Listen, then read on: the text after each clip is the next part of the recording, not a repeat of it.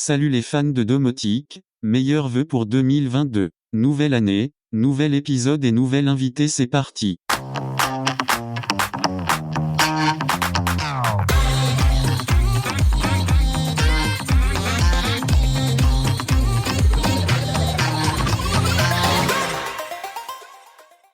Bonjour à tous et bienvenue dans cet épisode numéro 26 de Tech Café Domotique. Épisode un petit peu spécial puisque cette fois-ci nous avons un nouvel invité, nous avons Thomas du Journal de Thomas, chaîne YouTube spécialisée dans la domotique. Alors bien sûr, avec notre invité, nous avons les comparses de d'habitude. Bonjour Gaëtan. Salut Julien, salut Antoine, je dis déjà et salut Thomas. Je dévoile tout déjà. Tu dévoiles tout, bon. Ouais, salut Antoine, alors tu as déjà été introduit. Et salut tout le monde.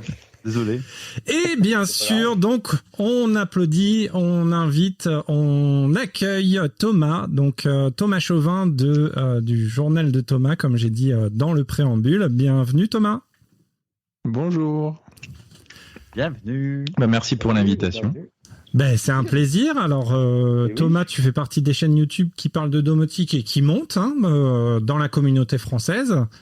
On te voit de plus en plus quand même dans les recommandations. Alors c'est peut-être que YouTube me connaît bien et a peaufiné son algorithme. Donc il te propose à moi. Je pense que c'est pareil pour Gaëtan et Antoine parce qu'on a été...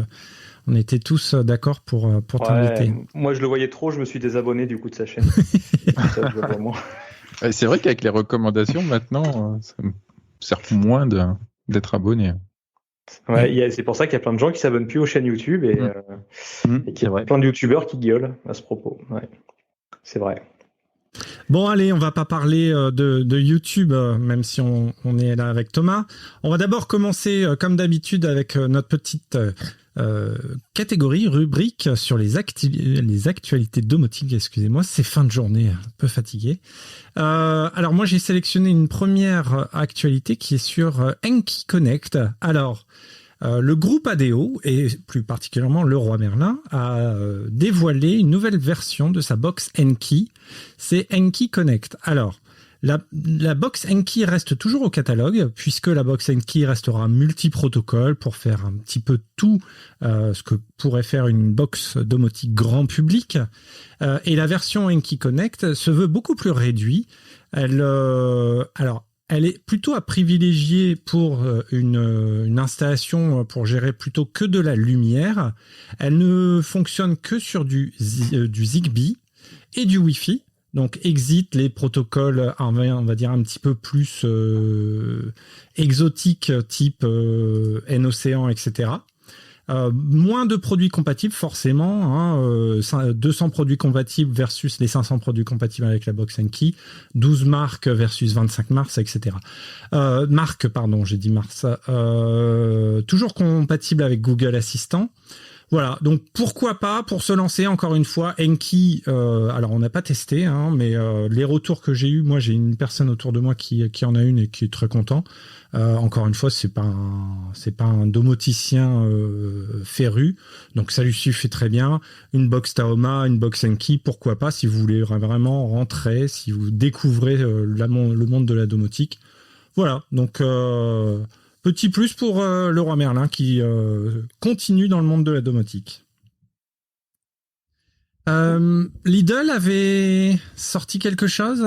Alors, qui est-ce qui nous a sorti cette actualité? Qui nous a trouvé cette actualité? Il me semble bien que c'est moi qui vous ai trouvé ça. Le gars pas sûr. Non, je sais plus. Bon, on en a parlé tellement entre nous que voilà. Maintenant, Lidl a lancé, continue toujours dans sa course à la Smart Home. Ils ont sorti il manquait à leur catalogue un thermostat connecté, donc pour radiateur. Donc voilà, c'est sous la marque, leur marque domotique, la Silvercrest. Donc c'est pas Silvercrest, la marque Lidl, j'allais dire Leroy Merlin. Donc c'est la marque de Lidl, voilà. Et sous cette bannière, ils ont pas mal de produits connectés et notamment du coup, le petit thermostat. Là. Alors c'est une tête thermostatique. Alors c'est ce que je voyais. Le titre de l'article est peut-être un peu trompeur. C'est pas un thermostat, c'est une tête thermostatique. C'est une tête thermostatique qui a priori de ce que j'ai vu se connecte. Il faut quand même toujours la passerelle domotique Silvercrest. Donc ça communique avec du Zigbee 3.0 et voilà, et ça, ou tout autre système compatible. C'est marqué du type Tuya, Smart Life, ou on peut passer par du Zigbee to MQTT aussi, a priori. Donc voilà, il y a moyen, je pense, aujourd'hui de s'affranchir des passerelles propriétaires et tout, mais voilà, à tester. Ça vaut, je crois, 24,99 €. Oh, pour une tête, pour une tête thermostatique, c'est pas ouf. Hein. Ouais. C'est pas très cher. Hein. Et je vois que sur Zigbee to MQTT, Silvercrest est référencé. Alors c'est plutôt un Tuya normalement, mais ça a l'air d'être compatible. À savoir que pour le moment, ça fonctionne avec 2 piles, hein, voilà, donc on va voir si ça tient bien dans le temps. Mais par contre, pour le moment, ouais, c'est dispo que en Belgique, mais comme à chaque fois, hein, tout ce qui est nouveaux produits connectés chez eux, ça sort d'abord en Belgique et ça arrive en général derrière chez nous assez rapidement. Donc voilà, à tester quand ce sera chez nous. Bon, pour les piles, alors petit retour, hein, moi j'ai les Tado qui elles aussi ont 2 piles. Et en un an, j'ai changé une fois les piles, effectivement, mais bon, j'avais fait beaucoup de tests. Et là, j'ai mis des piles lithium, un peu comme j'en avais parlé pour les serrures Nuki. Exact. Normalement, ça devrait tenir beaucoup plus longtemps. Donc, moi j'ai dans ma tête thermostatique connectée, là, moi j'ai une Meros, pareil. J'ai pas encore changé les piles, là, c'est plus d'un an qu'elle est en place et ça a l'air de pas être trop consommateur ce type d'appareil. Donc non, c'est bien, ça a l'air bien. Et donc, le principe, c'est que ta tête connectée va ouvrir ou fermer le chauffage par rapport à la consigne du thermostat, c'est ça? Oui, je pense que ça marche un peu, moi, comme ce que j'ai, je pense, enfin, comme une majorité des têtes thermostatiques. Tu peux soit les basculer en manuel, soit en auto, je pense. Alors, celle-ci, oui, d'ailleurs, sur l'illustration, je vois marqué auto sur le petit écran de la tête thermostatique et tu mets à mon avis une température et puis voilà quoi, ça ouvre, ça ferme en fonction de la température de la pièce. Par contre, sur la tête thermostatique que tu choisis la température, pardon, excuse-moi. Ouais, vas-y.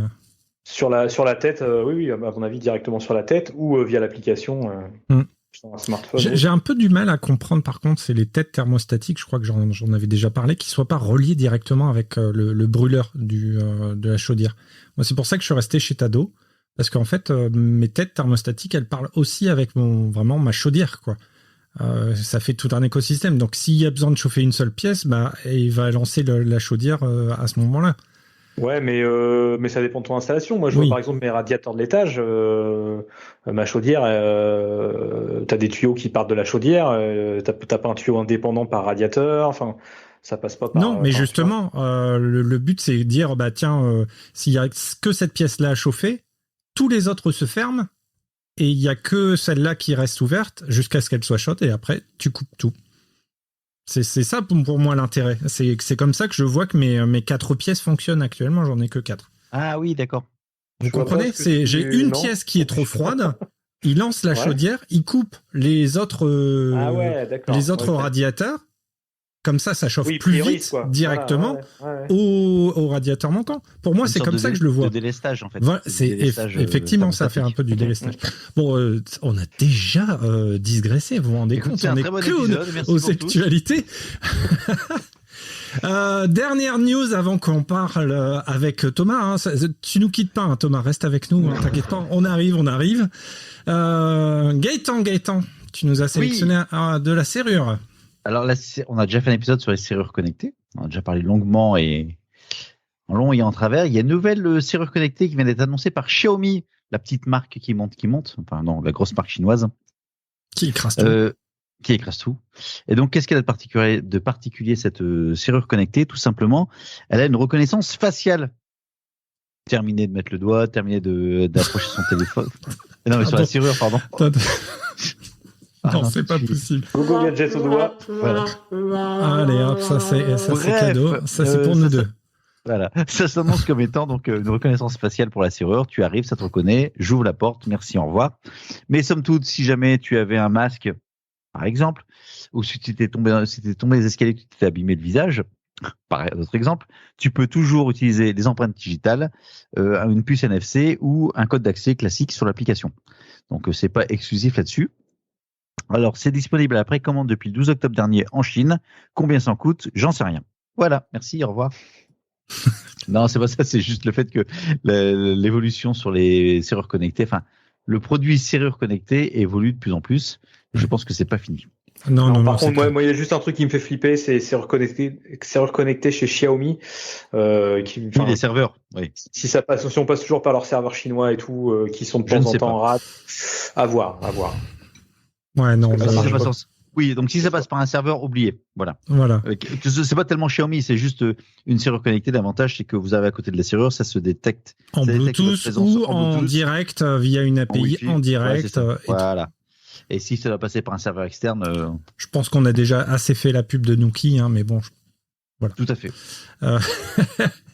Allez, passons à notre dossier et à cette interview de Thomas. Ça y est, t'es pas parti. Il est toujours là, merci. Donc, juste brièvement, je vais introduire, pour ceux qui ne connaissent pas Thomas, j'ai Gaëtan qui me fait des signes là. Il nous fait pas des signes, il est juste en train de manger. Voilà, en plus. Donc, en fait, on a tous les trois découvert Thomas via sa chaîne YouTube qui parle de domotique, à la base plutôt axé domotics.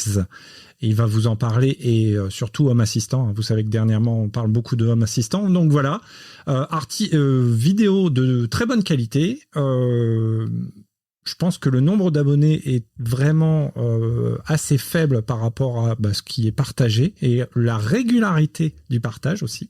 Donc voilà, donc bienvenue Thomas. Dis-nous tout. Présente-toi. Qui es-tu? Que fais-tu? Mais écoutez, je m'appelle Thomas, tout fraîchement un quarantenaire. Je suis marié, j'ai 2 enfants, des jumeaux qui ont 4 ans. Donc voilà un petit Antoine, peu pour la un copain de jumeaux.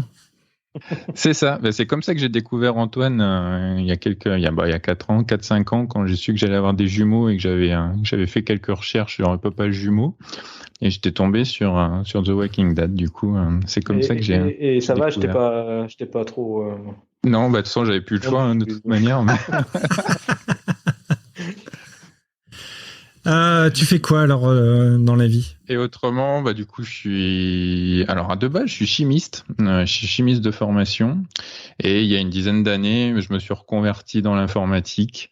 Et aujourd'hui, du coup, je suis chef de projet informatique, alors plus côté infrastructure, côté matériel, serveur, pour tout ce qui est grande banque et assurance. Ah, donc, est-ce que tu es un gros barbu Non, geek, pas etc. du tout. Comme je vous disais, je suis vraiment, moi, je suis chimiste de base, donc je suis pas du tout développeur ou mettre les mains trop dans le cambouis. Donc voilà. Après, forcément, j'aime bien ça quand même, et puis j'aime bien fouiller. Et après, non, je pense pas être un gros barbu. D'accord. Donc, t'es pas tombé dans l'informatique. Comme certains qui pourraient se lancer dans de la domotique et dire non, c'est super simple, il suffit de développer un petit peu. Donc non, Ouais, ok. non, donc ça c'est important, ce petit retour. Je suis pas du tout dev, ouais. Non, pour le coup, je suis pas du tout dev, et je comprends comment ça marche, mais après, je pourrais pas développer moi-même, c'est clair. Tu fais pas tes plugins et tes intégrations toi-même. Non. Éventuellement non. un petit appel API et puis c'est tout. Ouais. Et encore. Grand maximum, quoi. Donc justement, alors pour parler domotique, ça fait un moment que tu t'es lancé dans cette aventure. Ouais, je pense que ça doit faire 5-6 ans là maintenant. Ouais, à l'achat de mon premier bien immobilier, on essayait de voir un petit peu comment améliorer un petit peu la vie quotidienne. Donc ouais, je crois que ça doit faire ça, 2014-2015 quand on a acheté notre premier bien immobilier. Quand tu dis améliorer la vie quotidienne, c'est quoi exactement? Pourquoi faciliter la vie, quand tu pensais à certaines choses comme alors du coup non, c'est vraiment quand j'ai commencé, c'était vraiment les volets. C'était vraiment la première chose que j'ai domotisé, je pense. On avait fait mettre les volets électriques, et puis ça me saoulait moi tous les jours d'appuyer sur le bouton pour ouvrir ou fermer. Donc l'idée c'était que ça s'ouvre et que ça se ferme tout seul en fonction du lever ou du coucher de soleil, avec quelques sécurités à mettre en place, forcément, que si jamais on est sur le balcon, que ça ferme pas le volet de la baie vitrée, qu'on se retrouve pas dehors. Le classique. Voilà, des choses comme ça, un petit peu à faire attention, mais des choses toutes simples. C'est comme ça que j'ai mis le nez dedans. Enfin, toutes simples. C'est là où c'est ce qui est bien, c'est d'avoir un premier bien immobilier, de se faire un petit peu la main, voir un petit peu tout ce qu'il faut pas faire, tout ce qu'il faut, les matériels à acheter ou pas. C'est vrai qu'au début, on n'avait pas trop fait attention et voilà, on avait pris des volets électriques, quoi, mais après, on savait pas trop. Mais voilà, quand on voit après que c'est propriétaire, que le protocole, on peut pas faire grand chose, c'est là, voilà, on apprend un peu de ses erreurs pour la suite après. Oh oui. Et donc, tu as vendu ça à ta femme comme étant pour l'économie d'énergie, pour la sécurité, alors que tu n'avais juste pas envie de lever ton cul. Quoi. Non, pas du tout. Ouais. non, c'est l'économie d'énergie et tout, non, pas du tout. De toute façon, je crois que c'est au contraire. Mais non, c'était vraiment pour nous faciliter la vie au quotidien. Alors, comme je disais, on a commencé par les volets et après, vraiment, il y a eu un gap où j'ai automatisé de plus en plus de choses. C'est vraiment l'arrivée de nos petits. Donc justement pour où on est arrivé pour nous faciliter la vie, avec les jumeaux, typiquement on a acheté le premier assistant vocal pour pouvoir allumer la lumière quand on a les deux gamins, un dans chaque bras. C'était compliqué d'appuyer encore sur l'interrupteur. Donc, voilà, ce cas d'usage, alors je réagis, mais enfin, on en avait parlé lors de la préparation, mais moi je trouve ça fantastique de se dire, effectivement, mon cas d'usage, c'est j'ai un gamin dans chaque bras, j'ai pas de main disponible, à part mon front ou mon nez, donc je préfère encore parler à la voix, quoi. C'est génial. Ouais. Donc c'est vraiment comme ça que j'ai mis le pied dedans, et puis et ma femme a beaucoup apprécié. Et aujourd'hui, elle est devenue une utilisatrice au quotidien. Ouais. Nous dévoile pas ça, ce sera après pour la suite. Mais tu connaissais déjà un peu la domotique ? Moi, non, pas du tout. Donc comment tu t'es dit, tiens, il y a peut-être des solutions pour mes problématiques, t'as cherché, enfin tu t'es dit... Oui, c'est ça, j'ai cherché sur le net comment automatiser mes volets. Et puis voilà, je suis tombé sur les systèmes informatiques dont on va parler. Et puis après c'était aussi trouver la solution pour que ces volets qui en fait utilisent une télécommande avec un protocole particulier, comment je peux m'en sortir pour les automatiser, quoi. Tu te souviens à l'époque c'était quoi comme protocole ? Alors du coup c'était France Fermeture, là où je sais plus quoi. Ouais, un truc comme ça, où en fait le protocole tourne en permanence. Donc c'était avec des commandes radio, ils n'étaient pas du tout, nous on était en rénovation, donc on n'avait pas fait de saignée ou quoi que ce soit. On était juste avec la télécommande qui baissait le volet, et en fait vous pouvez rien faire parce que le code tourne. À chaque fois que vous appuyez sur le bouton, en fait, le code tourne, donc vous pouvez pas. Et même avec un RFX-COM et tout, t'avais pas réussi? Ah non, parce que non, j'ai le même problème, moi ça fonctionne pas. Enfin, si maintenant ça fonctionne, parce que j'ai fait autrement, mais effectivement c'est merdique, ces systèmes-là. Ouais. Donc tu peux pas apprendre un RFX-COM de la fréquence et comment faire pour simuler l'appui sur ta télécommande. D'accord, parce qu'il me semblait que Somfy et le RTS c'est du code tournant aussi pour les portails garage, et pourtant le RFX-COM peut gérer ce genre de cas-là, donc ok. Celui-là, il. Justement, Somfy pour plein de, moi c'est mon cas, et puis pour plein d'autres marques de volets, je sais Bubendorf et compagnie, je crois, ils font une espèce de petite passerelle que tu mets entre deux, quoi. Ils te vendent une petite clé, genre clé USB, qui fait la passerelle, et puis en gros qui doit faire le lien entre le code, le champ tournant, les codes à champ tournant et compagnie. Et voilà. D'accord. Bon, espérons que ça d'ailleurs, enfin, logiquement, ça doit changer avec la propagation déjà du Zigbee et puis le futur protocole, je vais pas l'avoir, Connected over IP, dont le Zigbee fait partie maintenant. Et puis, c'est quoi l'autre protocole qu'on retrouve dans le HomePod là déjà? Chip. Chip, oui, c'est ça. Ouais. Si, c'est ça. Non, attends, le protocole, je me souviens plus. Le Matter. Matter. À chaque fois, de toute façon. Oui, en plus, c'est ça, le Matter, c'est le nouveau nom, je crois que ça avait changé encore. Ouais, il me semble bien. Donc, normalement, tout ça doit être un peu plus harmonisé là-dessus. Donc, alors, tu voulais automatiser tout ça. Qu'est-ce que tu as mis en place au début? Alors, qu'est-ce que tu as mis en place? Donc voilà, c'est ça, l'automatisation avec des volets. Alors du coup, j'ai acheté le nombre de télécommandes que j'avais de volets et j'ai soudé 2 fils qui étaient reliés en fait à un relais qui simulait l'interrupteur, et comme si j'appuyais moi sur le montée descente de la télécommande. Oui, mais alors, Et ça a été relié à un système domotique, Voilà. bien sûr, ouais. Et à ce moment-là, je suis parti sur Domotix. C'est vraiment le système que j'ai choisi pour centraliser en fait les différents appareils que j'allais avoir dans la maison. Et beaucoup de capteurs de température aussi pour connaître dans la température dans l'appartement et à l'extérieur. C'est marrant, je pense que tu dois être le premier sur cette chaîne à prononcer ce mot Domotix. Alors c'est pas un gros mot, attention, je respecte totalement la solution. Alors, moi je l'ai vu France, tourner. à l'époque, ouais. Quand je faisais les recherches, c'est vrai qu'en France, tu voyais beaucoup plus de JDOM. On entendait vraiment Domotix et JDOM. Et tout le monde partait sur JDOM, hein, c'est clair. Et donc pourquoi Domotix? Pourquoi Domotix? Parce que oui, ça m'a toujours freiné les plugins sous JDOM. Puis voilà, au début, j'y connaissais vraiment rien. Les plugins payants, tu veux dire? Ouais, les plugins payants, ouais. Donc au début, j'y connaissais vraiment rien et en fait, je voulais pas forcément avoir à payer pour tester. Donc j'étais parti sur Domotix et après toujours pareil, on commence un peu à creuser un sujet et finalement tu te dis ça répond bien à ce que je souhaite, donc pourquoi repartir ailleurs en fait. Et des box. Quand je parlais avec des collègues qui faisaient, c'est sûr que quand ils me montraient l'interface de JDOM, je bavais devant quoi, c'est clair. Et des box vraiment toutes faites, type Idomus, Fibaro, Home Center, ça t'a jamais attiré? Ouais, ça, je pense que non, ça m'est jamais attiré. Je pense que j'en ai même eu connaissance après m'être lancé. Donc ouais, l'idée c'était de prendre un petit Raspberry Pi puis de jouer aussi, un petit peu aussi. Pure DIY. Ouais, complètement.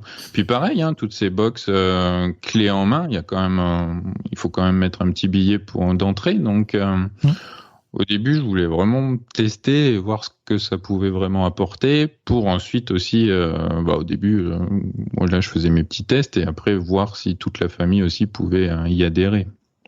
Parce que c'est vraiment ça, tout ce que je fais depuis le début, c'est pour que toute la famille y adhère. C'est une bonne entrée pour tester sans dépenser trop cher. C'est ça. C'était vraiment, pour moi, c'était le mieux, quoi. Alors, le truc, c'est que, après des solutions Domotix, JDOM, Home Assistant, c'est vrai que c'est peu coûteux à démarrer, mais ça te prend un temps infini, franchement, pour les novices. Versus des box Fibaro, Home Center. Alors, tu fais un petit peu moins de choses que des solutions DIY, mais bon, c'est un peu plus clé en main, quoi.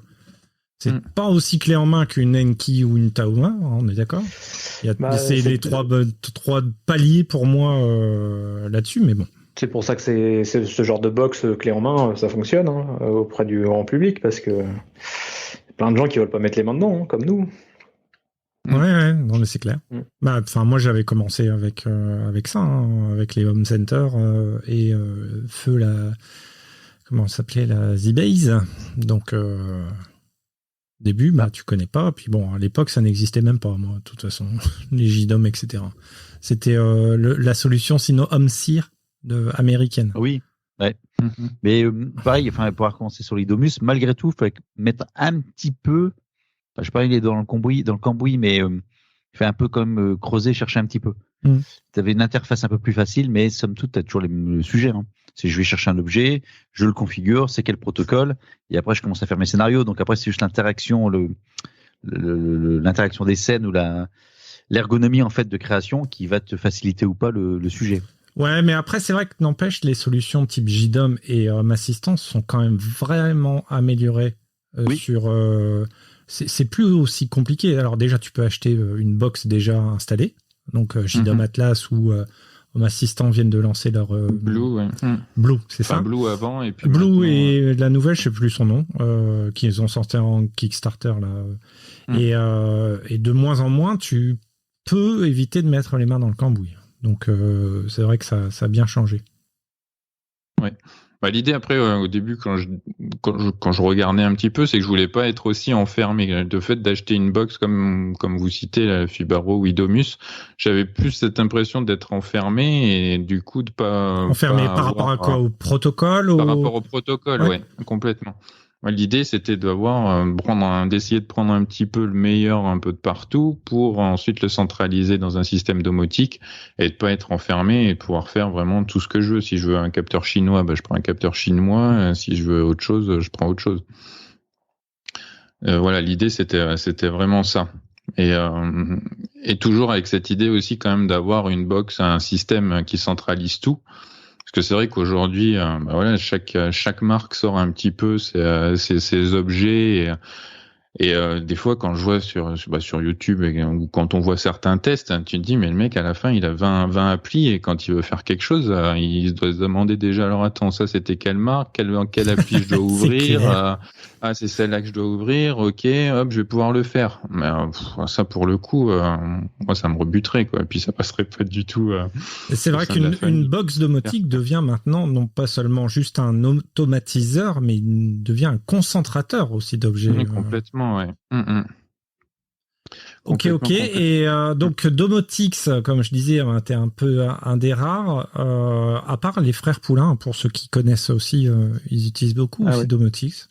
Ouais. Ils sont encore là-dessous, ouais. Ils sont encore là-dessus. Ouais. Ils utilisent beaucoup du Domotix et du Tasmota dans exact. Mais donc, alors pourquoi je te pose ces questions, tu as quitté Domotix, c'est ça, hein?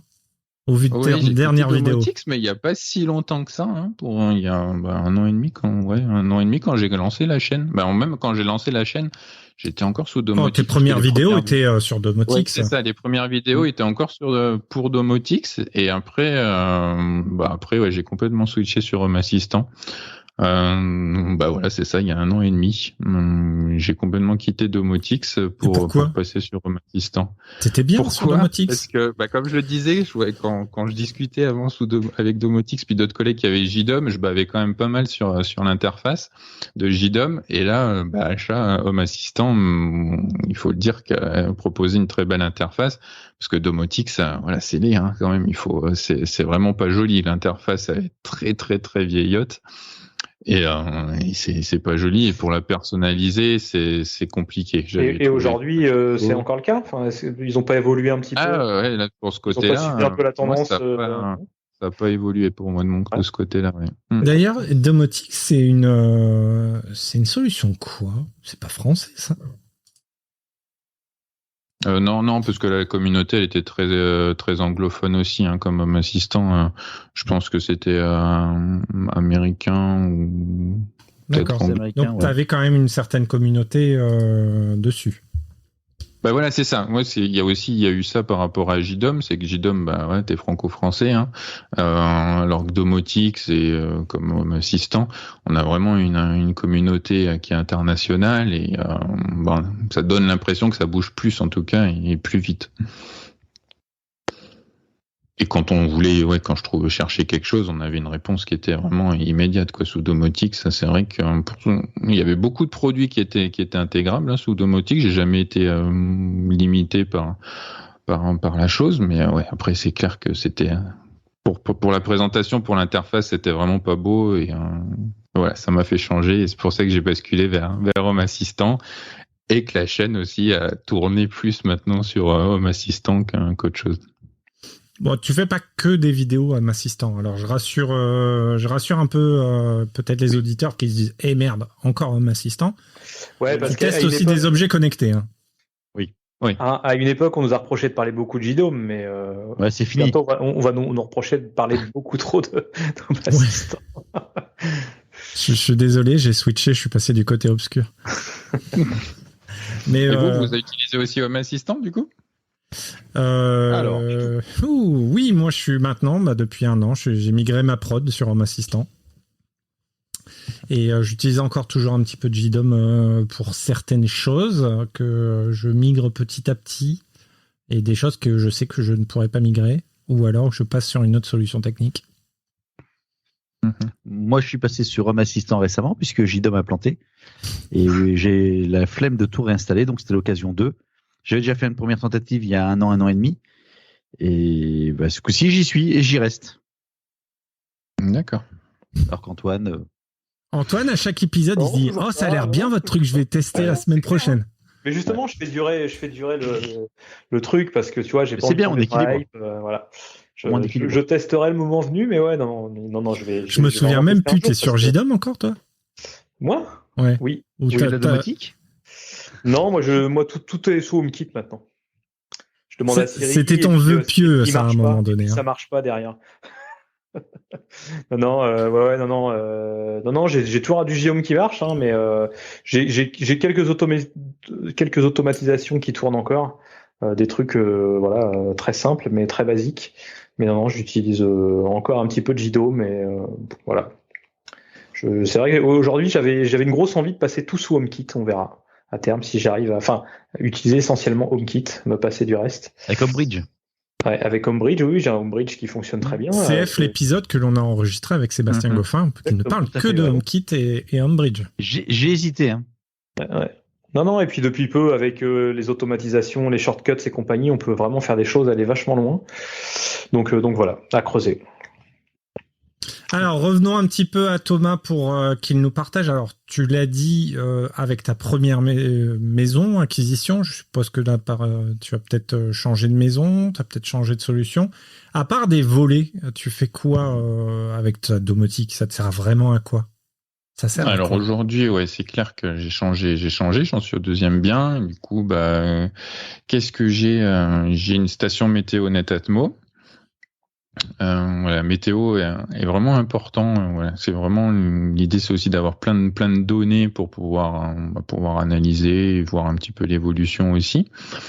Donc j'ai une station Netatmo avec le pluviomètre. J'ai pas les nénomètres, mais j'ai le pluviomètre. Surtout que tu es dans une super région, il faut le dire. Ça te sert à quoi alors? Moi, je pose la question pluviomètre. À chaque fois, je pose la même question. Ça te sert à quoi?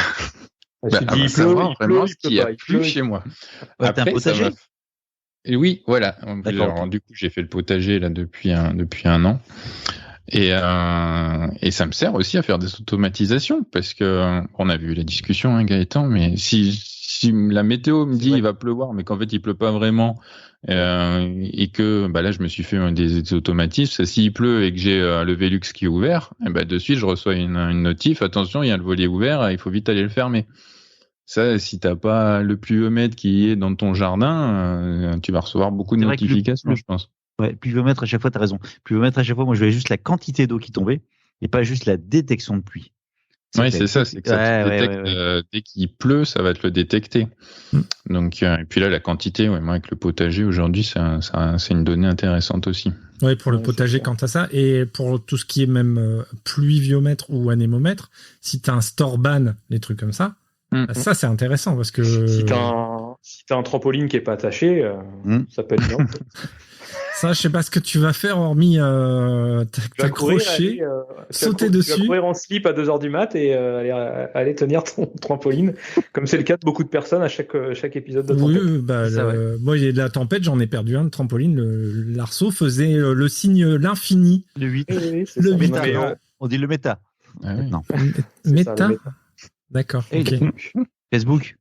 Ah oui. Oh, ouf. Métaverse. D'accord. Oui. Et à part la station météo, alors j'y ai rajouté une caméra intérieure là, de Netatmo aussi, avec tout ce qui est détection de visage, reconnaissance faciale. Welcome, c'est ça.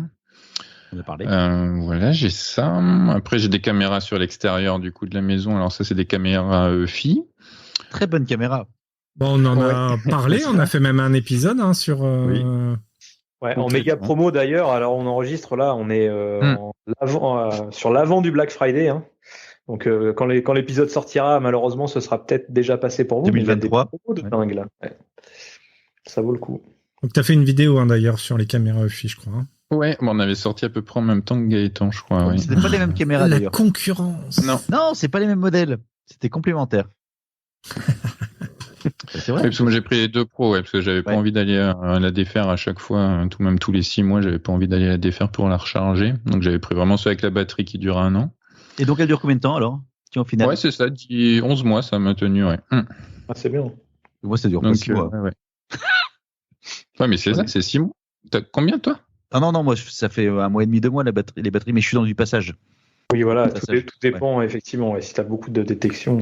Ouais, alors que moi je les ai mis vraiment sur l'arrière de la maison et puis le jardin, donc il y a pas. Puis je les coupe en fait quand je sais qu'on va sortir ou quoi. D'accord. Et après, qu'est-ce que j'ai d'autre? Alors après, sur le Zigbee, alors si on parle en protocole, ça sera plus simple. Hein. Du coup, j'ai tout sur le Zigbee où là j'ai une clé Conbi 2 qui va concentrer tous mes appareils. Tiens, avant que tu parles des appareils, ta clé donc elle est sur Home Assistant. Tu utilises quoi? Tu utilises Zigbee to MQTT ou ZHA?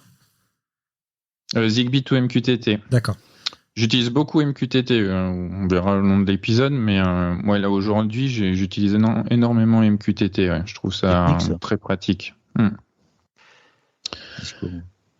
Et donc ça va me remonter des capteurs, alors beaucoup de capteurs Xiaomi de température, donc là je dois avoir un capteur dans chaque pièce, détecteur de présence aussi, des détecteurs d'ouverture-fermeture de porte, donc tout ça va permettre de faire des scénarios assez sympas. Alors il y a les ampoules Philips Hue, mais ceux-là par contre j'ai gardé le pont pour l'instant. À voir, parce que pour l'instant j'ai des ampoules Trad-Free aussi qui font que ça me permet d'étendre le réseau maillé du Zigbee, donc pour l'instant ça me suffit. Je galère à rajouter moi les Philips Hue à Zigbee to MQTT. Enfin désolé, je te coupe, mais dans une alors, je viens d'acheter des ampoules à filament. J'ai voulu les mettre directement et impossible de les faire reconnaître et tout. C'est un enfer. Il faudrait que je teste. Ouais. Je suis pas en Zigbee MQTT. Je vous coupe, pardon, mais j'ai une Conbi aussi. Ouais, toi, tu as utilisé l'intégration de base ZHA, donc Zigbee Home Assistant. Et donc là, c'est directement. Ah non, pardon, je me suis loupé. J'utilise Deconz, moi. Deconz, c'est la clé, c'est le.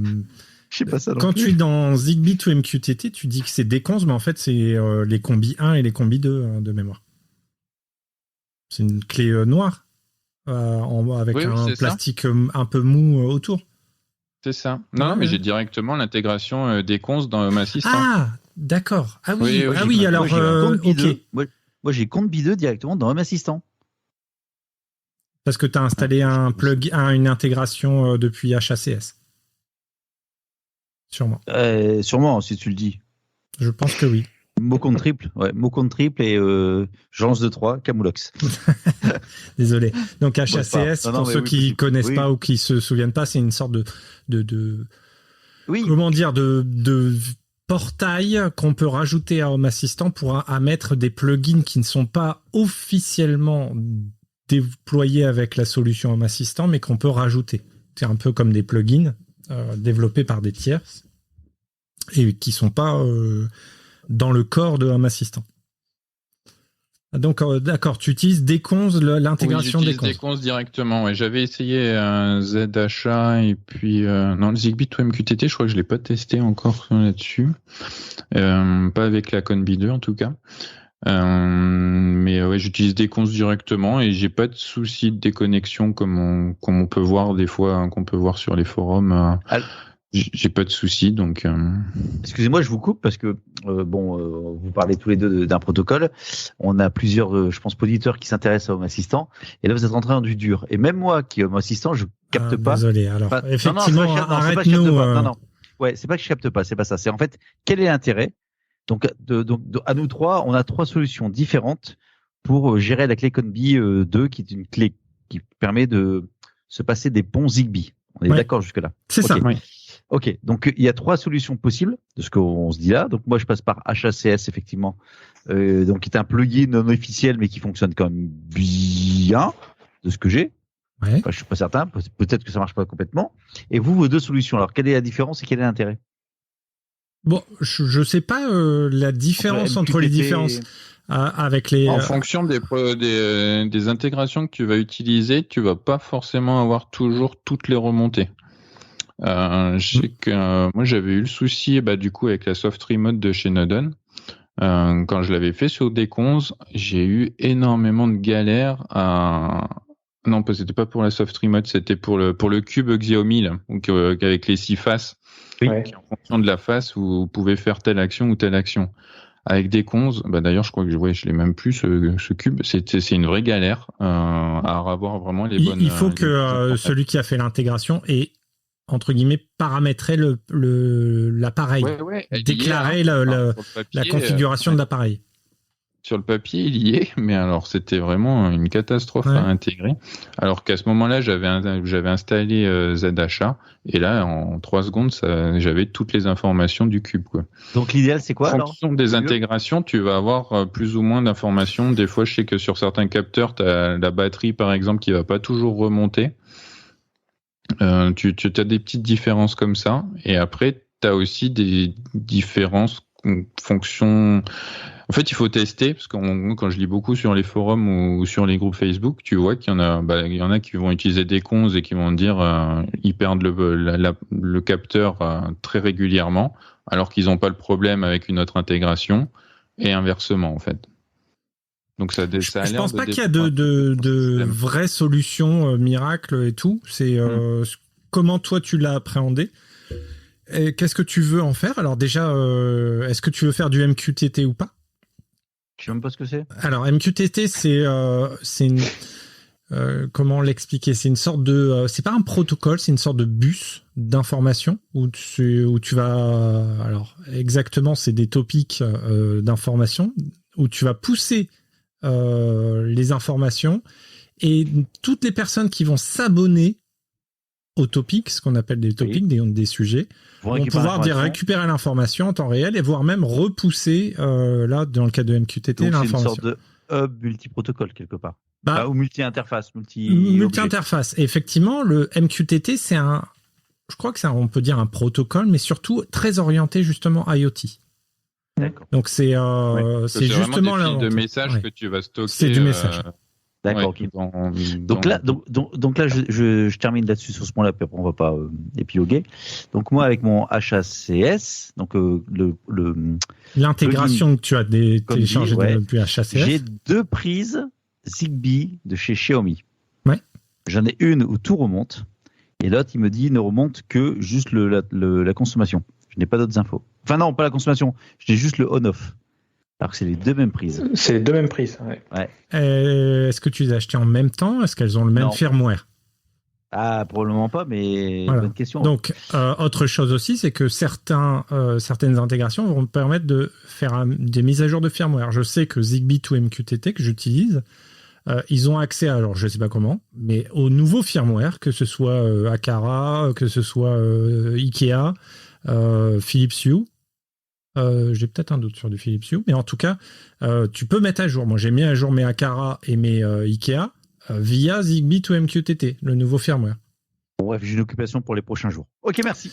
Mais non, mais c'est bien que tu poses la question. Alors, de toute façon, je crois qu'on avait listé dans les tablettes d'éventuellement de faire un épisode sur le Zigbee, justement, pour essayer d'approfondir. Oui. Alors, nous, on est en utilisateur. Ce serait bien qu'on trouve quand même quelqu'un de techniquement robuste. On va essayer de trouver ça pour justement en parler. Pour le tester. Pour le tester. Ouais. Pas le protocole. Hein, l'invité. L'invité. On va tester l'invité. T'as quoi d'autre sur du Zigbee? Un aspirateur robot? Non, c'est tout. Non, là, c'était. Je me suis gouré de ligne. Non, l'aspirateur. Alors, c'est l'aspirateur. Je connaissais pas, là. C'est un aspirateur chinois, mais qui est sur le Wi-Fi, du coup. D'accord.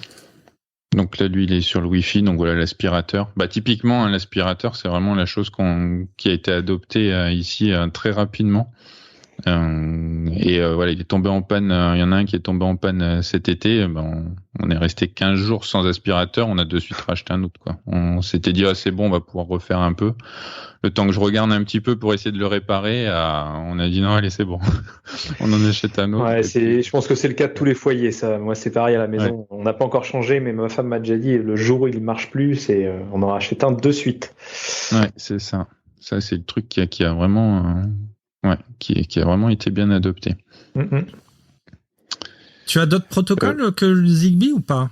Alors j'ai du Z-Wave aussi, pareil avec une clé IoTech.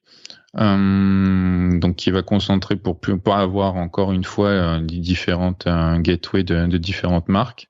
Donc là j'ai des détecteurs de fumée Fibaro, Et depuis récemment, là, j'ai détecteur ouverture fermeture de porte de chez AOTech. Pourquoi avoir mélangé alors que tu as déjà des détecteurs de porte en Zigbee? Pour tester de nouveaux appareils. Voilà, pour tester de nouveaux portes encore. Voilà, comme tout bon influenceur youtubeur, t'achètes plein de produits parce que tu veux tester et tu te retrouves avec un Frankenstein de la domotique. C'est ça? Ouais. Vis ma vie. Ouais. C'est un peu ça. Question sur Home Assistant, tu utilises quoi pour le Z-Wave? OpenZ-Wave ou Z-Wave JS? Z-Wave JS, ouais. D'accord. Moi, tu vois, je suis sur Z-Wave to MQTT.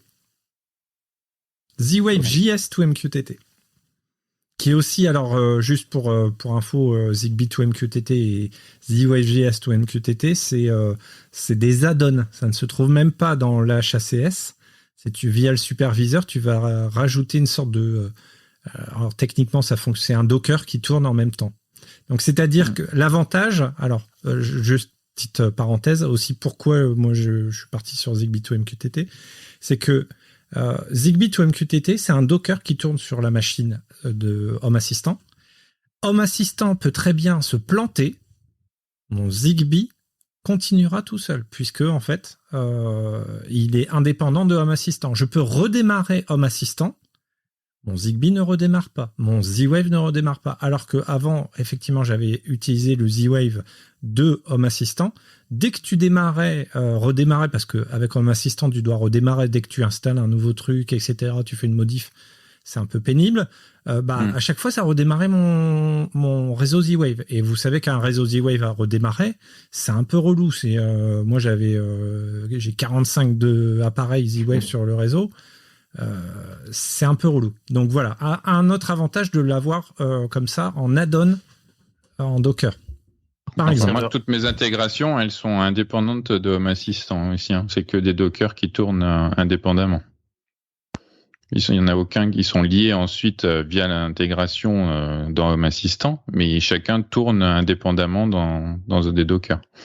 Parce que j'ai pas le supervise, moi. J'ai pas le superviseur. Ah, t'as pas le superviseur. D'accord. Donc, dans Home Assistant, il y a plusieurs types d'installations qu'on va pouvoir faire. On a vraiment Home Assistant avec l'OS.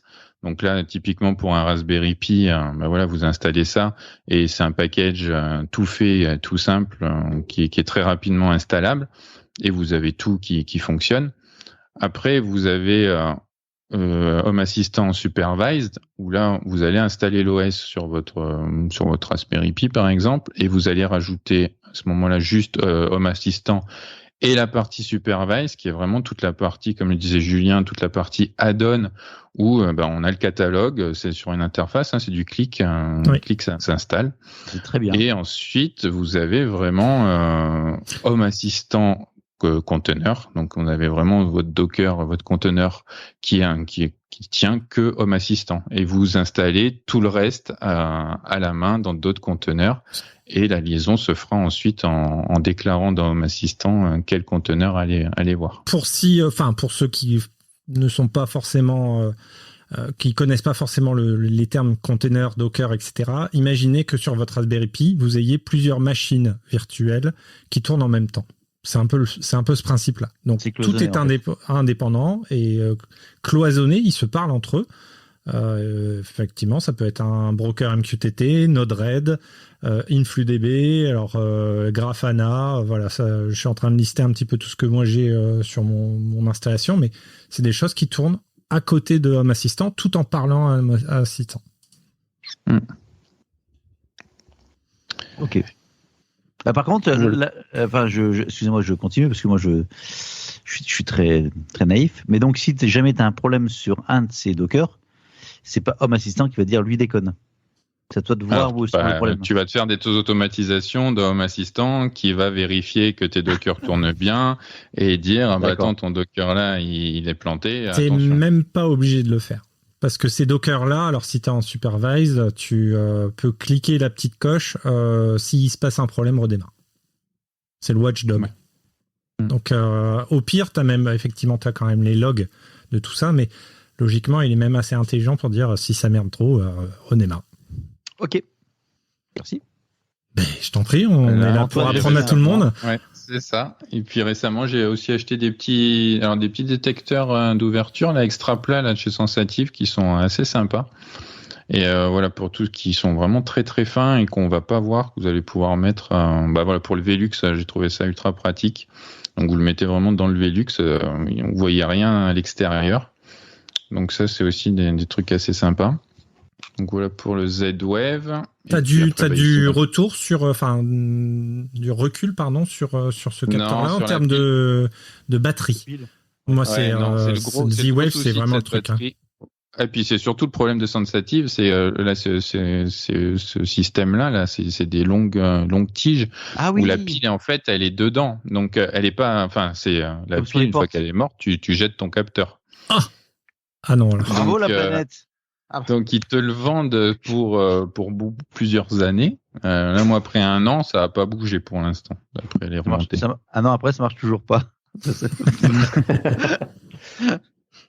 Donc à voir. Mais ouais, c'est le gros inconvénient de ce capteur-là, c'est qu'il est tout plat et que la pile, la batterie, elle est intégrée, quoi. Vous pouvez pas la changer. Alors, tu disais, tu as appris de tes erreurs avec tes volets. Est-ce que tu as mis des volets dans ta nouvelle maison? Ouais, et alors j'ai mis des volets, ils y sont, et je les ai automatisés parce que on s'était habitué. Hein, donc et puis là, en plus, c'est la maison, donc c'est des volets battants. Donc là, j'ai mis des moteurs alors de chez Somfy. Par contre, j'ai pas forcément trouvé. En même temps, il n'y a pas beaucoup pour les battants. Il n'y a pas beaucoup de solutions. Pour les battants, c'est très c'est très faible ce qu'il y a. Je crois qu'il y a Thomson qui en fait aussi. Je crois qu'il y a 3 marques quand même. On arrive à en trouver, mais Et ça fonctionne bien, ouais. C'est vraiment. Ça fonctionne très très bien. Ouais, non, pour le coup, c'est parfait. Hein. Mais d'ailleurs, par contre, il n'y a pas d'entretien, au niveau de la mécanique, vraiment je sais pas, c'est un petit moteur. Ah non, mais c'est comme tes volets c'est comme tes volets roulants. C'est un moteur qui tourne. Alors voilà. Et là, pour le coup, je trouve que c'est. Voilà, il n'y a pas beaucoup de personnes et du coup, il n'y a pas beaucoup de marques et c'est compliqué. Je trouve ça très cher pour juste des volets battants, quoi. Parce que c'est 3 fois le prix que si tu avais tes volets roulants, quoi. Donc ça, c'est vraiment abusé. Ça doit être assez fonctionner. Pour les personnes qui connaissent pas et qui voient le volet s'activer, c'est fermé comme ça. C'est bien pour Halloween. C'est ça. Ouais. C'est vrai que c'est pas mal et puis moi du coup là sur les 8 volets j'en ai fait 4 mais oui à terme on les fera tous quoi parce que voilà tu te dis on s'en tape encore 4 à les fermer c'est combien ça coûte ce système-là? Là t'es en prix public je crois qu'ils sont à 400 € là. Donc après tu arrives à trouver des promos. Ouais, moi je les ai en promotion là, il y avait du monde privé, ils étaient à 310. Mais tu vois, tu dis, tu regardes, c'est pas du moteur qui tire un levier. T'es là, tu fais, mais c'est pas possible, quoi. C'est fou. Ouais. Et c'est pas du solaire en plus. Non, c'est vraiment. Donc t'as dû tirer le câble électrique alors. Ouais, alors là, du coup, moi j'en ai profité que je refaisais les pièces, donc j'ai fait des saignées. Mais oui, en plus tu tires les câbles, tu dois tirer les câbles, ouais. Personne s'est lancé dans du do-it-yourself, genre de truc. Il n'y a pas des bidouilles. Faut que je regarde. Alors, j'en ai pas trouvé. J'avais échangé avec des personnes qui disaient qu'ils allaient peut-être s'y lancer, parce que quand tu réfléchis, c'est un peu. Il n'y a pas grand-chose. Il tourne, hein. Ouais. Donc, après, t'as un autre système qui existe où là, c'est le moteur est directement dans le gond du volet. Dans le gond, ouais. Alors là, tu vends un bras. Hein. Tu te vois beaucoup pour les portails, ça, pour les beaux portails. Ah oui, 200 € le gond, ouais, pardon. Oui, c'est ça. Le gond, en sachant que tu en as 4, merci. Voilà. Oui, c'est ça. J'avais vu, mais oui, non. Si tu as encore des solutions moins chères, Gaëtan, t'hésites pas à partager. Vous avez besoin de quelque chose, vous me demandez. J'ai toujours la solution à tout. Comment dépenser des sous? Ouais. Mais voilà, le Somfy par contre, il fonctionne quand même en RTS là, donc il y a ça, tu trouves quand même quelques solutions, le RFX-Com comme on a cité tout à l'heure. Mais là, il était pas mal en pénurie quand même ce RFX-Com là cette dernière année, ça a été compliqué d'en trouver à des prix pas relativement corrects. Là, c'est revenu depuis cet été, là ça va mieux, on en retrouve.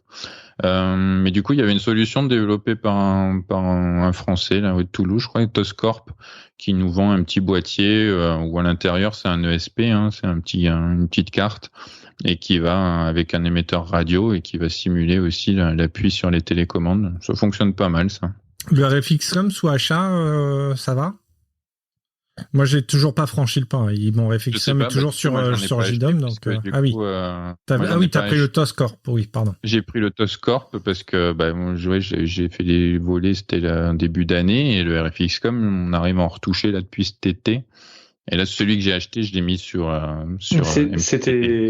C'était dû à quoi la pénurie là de RFX.com? C'est quoi? C'était lié Tu sais, ça avait été racheté. Moi, de ce que j'avais compris, ça avait été racheté. Ils avaient plus ou moins arrêté la production. Ils ont eu du mal à reprendre la production. T'en trouvais en seconde main, mais à des prix. Et tu doublais le prix du neuf de l'époque, quoi. T'es là, tu fais bon. Ouais. Et là, depuis cet été, ils ont recommencé à en reproduire et t'en retrouves. Mais pendant un an et demi, c'était vraiment très dur de trouver des RFX.com, quoi. Ok.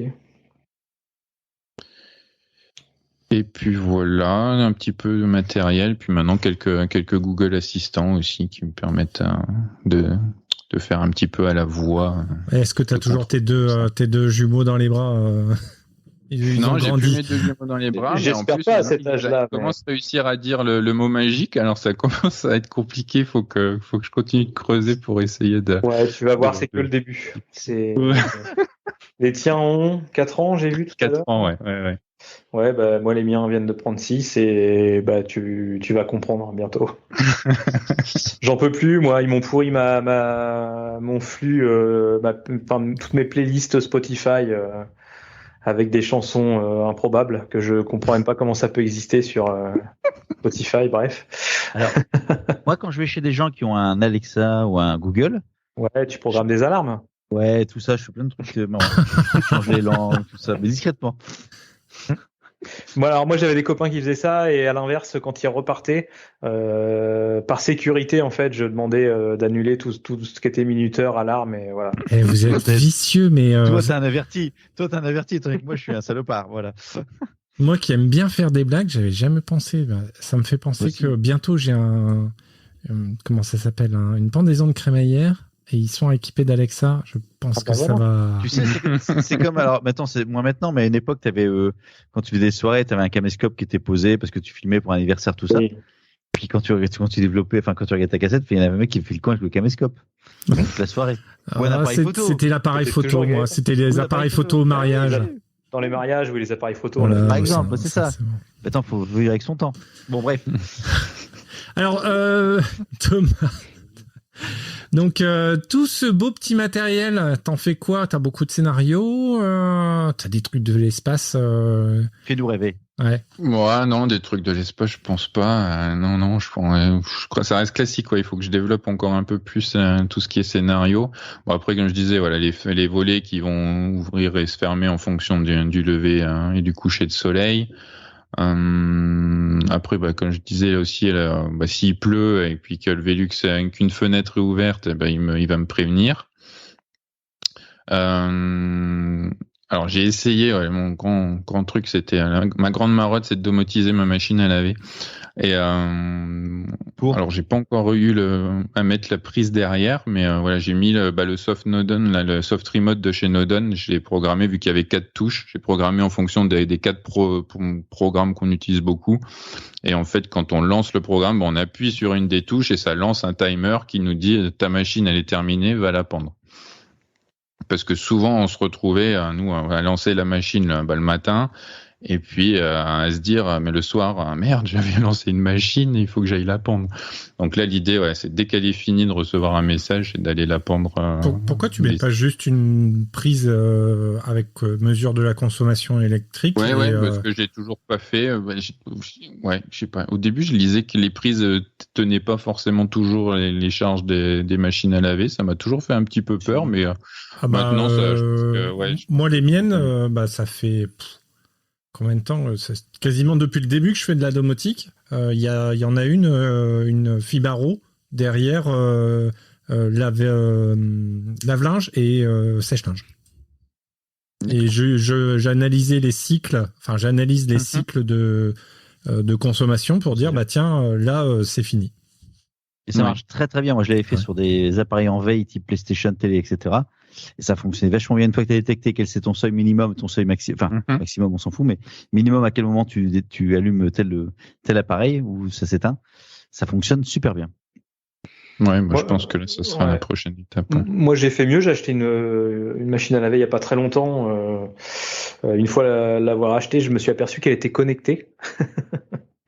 Et je n'arrive pas à la connecter. Ce n'est plus le critère numéro 1 quand tu achètes un truc. Moi, c'est ce que je regarde en premier maintenant. Là, ce qui est chiant, c'est la RJ45 dans le CD. non, c'est un truc. Alors, je sais même plus quelle marque c'est. Qu'est-ce qu'on a pris? Je sais plus. Xiaomi. Non, c'est un truc vraiment merdique. Hein. Si j'ai bien compris, il y a une histoire de puce NFC dedans. Faut que ton téléphone fonctionne à côté. Ah ouais, non, c'est un truc complètement. Ah oui, d'accord, mais c'est pas vraiment connecté, c'est juste. Ouais, okay. Bah, apparemment, ouais, tu peux quand même lancer les cycles et tout via ton téléphone. Enfin, j'ai pas tout pigé, j'ai vite laissé tomber, puisque effectivement, je pense que je passerai à la prise connectée au cul. Enfin, il y a déjà une prise connectée derrière, d'ailleurs, mais qui mesure pas la consommation. Mais effectivement, je pense que je viendrai à ça parce que c'est pas con dans l'idée. Alors, en termes de matériel, je pense que tu as oublié un truc, Thomas. Tu en as fait une vidéo, je l'ai regardée, j'ai un peu halluciné. Oui. Tu utilises une carte télé. Pour faire quoi? Ouais, une carte télé pour relever ma consommation d'eau. Alors, écoutez bien, ça rentre un petit peu dans une carte tuner télé pour l'eau. Pour l'eau. Tout va bien. C'est ça. J'étais tombé là-dessus, j'avais trouvé ça vraiment fabuleux. Je me suis dit, mais c'est génial. En fait, je devais faire intervenir un plombier, donc je m'étais dit, tiens, est-ce que j'en profite pour acheter le compteur Johannola. Voilà. Et je me suis dit, est-ce que je l'achète, comme ça je lui fais installer, au moins je suis tranquille pour après, je pourrai avoir ma consommation d'eau. Et en fait, en descendant voir le compteur, quand même, je m'aperçois qu'il y avait un signe comme quoi il émettait quand même des ondes. Je me dis, tiens, c'est bizarre. Et puis en faisant des recherches sur ce compteur, en fait, je me suis aperçu que on pouvait capter ces ondes-là avec une carte télé. Donc avec c'est une clé USB qui va capter, qui est un récepteur TV tuner, et en fait qui va. Alors là, par contre, il faut un peu bidouiller. J'ai suivi le mec qui avait développé ça sur GitHub. J'ai suivi sa façon de faire. J'ai pas compris la moitié des commandes enfin la moitié, les 3/4 des commandes que j'ai passées, mais à la fin ça marche. J'ai bien mon relevé de compteur, et c'est vrai que quand on y pense, moi, mon compteur il est à l'intérieur et dans mon garage, et il y a jamais quelqu'un qui est venu le relever. Donc c'est bien qu'ils ont des appareils qui vont comme les Linky, etc. De notre compteur. Exactement. Ah. Donc je m'étais renseigné, puis du coup je dédie un Raspberry Pi à ça, et ça me permet d'avoir ma consommation d'eau à la minute près où de l'eau est consommée. Donc ça m'a permis de voir aussi, de mettre quelques automatisations. Si la nuit je m'aperçois qu'il y a eu 1 ou 2 litres de consommé, c'est pas normal, donc c'est qu'il y a une fuite quelque part sur mon réseau. Ou que les animaux font les cons. Ah, mais j'ai pas d'animaux. Tous les deux. Donc ouais, ça c'était une petite bidouille que j'ai partagée sur la chaîne, et qui marche pas mal. Ouais. Après, il faut voir si son compteur a aimé bien les ondes, et qu'il n'y ait pas la nécessité que quelqu'un vienne absolument regarder votre compteur pour faire le relevé. Mais ça, ouais, c'est un petit peu ce que j'essaye aujourd'hui de mettre en place aussi sur Home Assistant, c'est d'avoir un petit peu tout ce qui est suivi d'électricité, d'énergie, que je m'étais jamais trop intéressé. Consommation d'eau, consommation de gaz. Voilà, ça c'est vraiment bien pour avoir un petit peu, pour regarder un petit peu ce qu'on peut essayer d'économiser, ou de se créer simplement des alertes, de dire voilà, pour l'eau, pour le gaz, attends, c'est pas normal qu'il doit y avoir une fuite. Alors pour l'électricité, j'ai toujours pas trouvé, mais parce que moi, je suis sur une régie. Non, je suis sur une régie d'électricité. C'est, je sais pas. Ouais. C'est quoi ça? C'est une arnaque. Ouais, moi j'étais là-dessus avant, c'était merdique. En fait, c'est des sociétés qui ont le monopole sur l'électricité dans ton patelin, quoi. C'est incroyable à l'heure actuelle que légalement en France, t'aies des villes comme ça qui soient complètement. Mais t'as un compteur quand même dans ce cas-là. Ah non. Ouais, j'ai un compteur. Mais un vieux compteur, et puis en plus il est en. Alors j'ai pas regardé. T'as les bandes télé-info ou pas? C'est un compteur électronique? Il faut que j'aille voir. Ouais, non, normalement, il doit avoir le téléinfo, mais là, du coup, il est en dehors de. Enfin, c'est ta régie aussi qui gère ton accès Internet ou pas? Ah non. Parce que nous, ils faisaient ça aussi. Alors, ça s'appelle l'ex-URSS. C'est super sympa chez toi. Non, nous, ils fournissaient. Alors non, par contre, ils n'avaient pas le monopole là-dessus, mais ils fournissaient aussi, ils faisaient aussi fournisseurs d'internet et on avait été les premiers à avoir la fibre grâce à eux à l'époque. Donc tous les mois, t'avais 6 litres de lait. C'est top le goulag. Aussi. Ouais. Non, mais au moins, t'as la fibre au goulag. Voilà, c'est bon. Alors, moi aussi, j'ai une régie et moi aussi, j'ai la fibre. Mais ça n'a rien à voir. La régie publicitaire? Et la régie va en train de migrer également sur Linky. Donc l'histoire des compteurs et des régies n'est pas. Ouais. C'est indépendant. Ils sont moins rapides quand même. On va dire que voilà. Oui. Ils proposent pas grand chose. Voilà, t'auras pas d'API pour avoir accès. Donc t'auras pas. Tu sais, moi j'avais un compteur sur lequel je consommais que de l'heure creuse à un moment donné. Donc avec mon téléinfo, j'ai réussi à bidouiller. Enfin bref, sans faire exprès. Ça c'est illégal. Ah non, mais j'ai eu un problème. Je vais déjà raconter ça. Non. Petite parenthèse, non. Donc j'avais installé le téléinfo USB.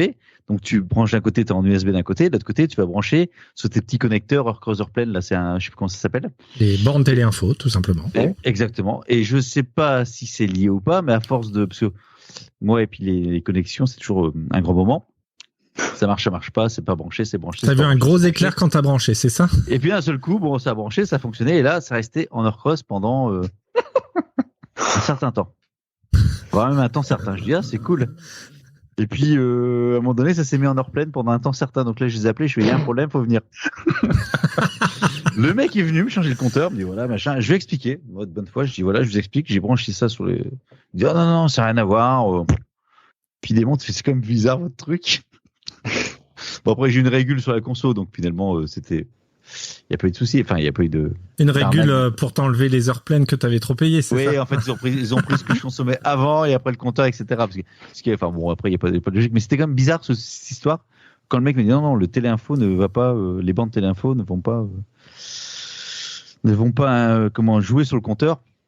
Faut quand même changer le compteur. Qui était neuf, puisqu'il avait 5-6 ans, quoi. Que cela ne vous donne pas des idées. Non, attention. Attention, le compteur ne vous appartient pas, il appartient à GERDF. Donc, on touche pas à ça. Voilà. Touche pas, gamin. C'est pour ça qu'ils changent les compteurs d'ailleurs, parce qu'ils appartiennent pas effectivement à la régie. Il me semble. Bon, bref, voilà. C'était mon histoire. Merci Gaëtan. La petite histoire de Gaëtan. On va te faire un jingle. Après les blagues de Gaëtan, ce sera la petite histoire de Gaëtan.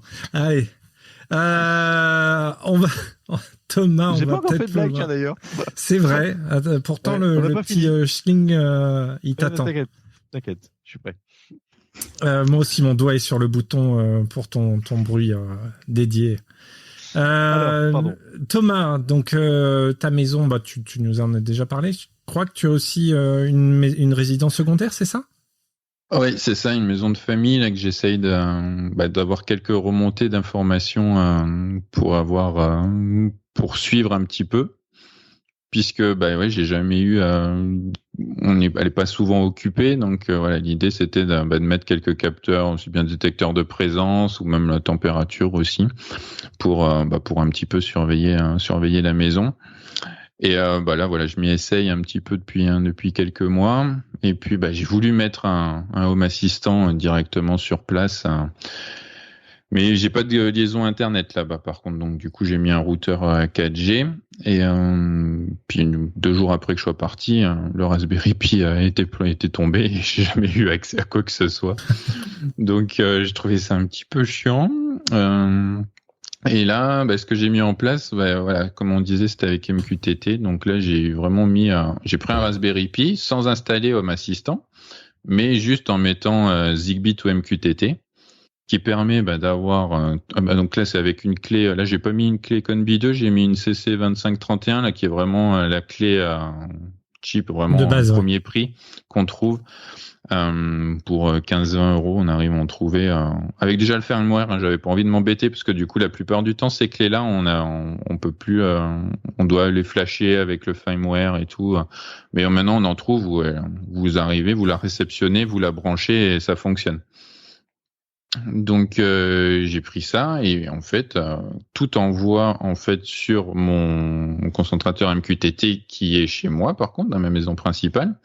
Et je lis Home Assistant justement à MQTT et je récupère ces informations-là de ma maison distante directement dans Home Assistant, mais j'ai qu'un seul Home Assistant. D'accord. Oui, tu n'as voilà. qu'un seul Home Assistant pour gérer. Ouais, complètement, ouais. parce qu'en fait, comme on le disait, hein, MQTT c'est vraiment des fils de messages. Donc en fait, je me suis abonné, j'ai fait un topic maison secondaire et hop, du coup, ça va lire et ça me crée mes sensors dans Home Assistant directement pour cette maison-là. Et je vais juste lire les informations là, sachant quand même qu'avec MQTT, on peut aussi bien recevoir les informations, mais on peut aussi en envoyer, publier des messages sur des sujets. Et faire quand même donc des actions, envoyer un on, ouais, un off sur tel ou tel objet. Exactement. Le TOScorp, il marche comme ça, hein, il marche comme ça le TOScorp. Donc pour les volets Somfy, en fonction du message qu'on va lui envoyer, il va ouvrir ou fermer ou stopper le volet à une certaine position. Donc là, on pourrait très bien faire la même chose, comme tu dis, avec une prise ou avec. C'est comme ça que fonctionne Zigbee to MQTT. Enfin moi chez moi, où en fait. C'est directement quand Home Assistant pousse un message dans MQTT, il s'est reçu. L'idée de la résidence secondaire, c'est aussi quelque chose qui m'intéresse puisque on vient d'investir aussi avec mon épouse et j'ai mis moi un Home Assistant là-bas. Alors j'essaye de voir comment je peux relier les deux, mais je voudrais un truc un peu autonome tout seul dans la maison, parce qu'on sait jamais quand même. Là, pour l'instant, j'ai qu'une ADSL, donc je sais pas.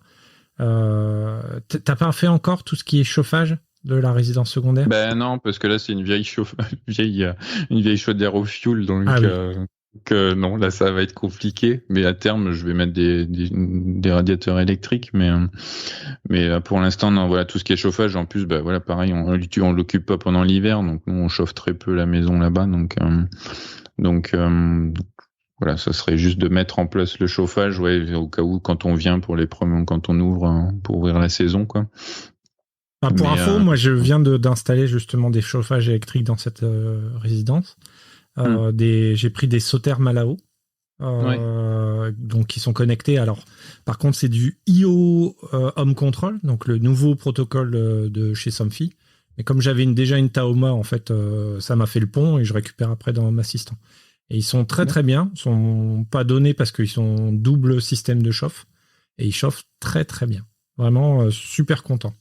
Donc si vous cherchez des choses connectées, et sinon le Cozy Touch, donc la box pour faire du home control, ça coûte 90 balles. Bon, c'est pas encore hors de prix. Et en fait, c'est une Taoma rebrandée Sauterre. Ni plus ni moins. D'accord. Donc voilà ce que j'ai fait, puis j'ai quand même mis aussi, je voulais jouer, alors j'ai réussi à me procurer un RFX-Com là, il y a quelques semaines, donc je voulais jouer un petit peu aussi avec des capteurs radio, et puis ils sont pas très chers non plus, donc de température, hein. Donc là pareil, j'ai lié le RFX-Com à Node-RED. Donc Node-RED permet de lire le message, la valeur du RFX-Com. Donc Node-RED, vous en aviez parlé dans des précédents épisodes. C'est vraiment quelque chose qui nous permet d'automatiser de manière très simple des choses, donc juste par des blocs. Donc en fait, j'ai mis un bloc RFX-Com, donc qui récupère l'information de son RFX-Com, un bloc il met un peu en forme les messages, et un bloc MQTT pour l'envoyer sur MQTT ensuite. Et voilà, je reçois comme ça. Je pose la question, mais toi qui n'es pas un barbu programmeur, Node-RED, ça fonctionne plutôt. Enfin, la prise en main est plutôt facile.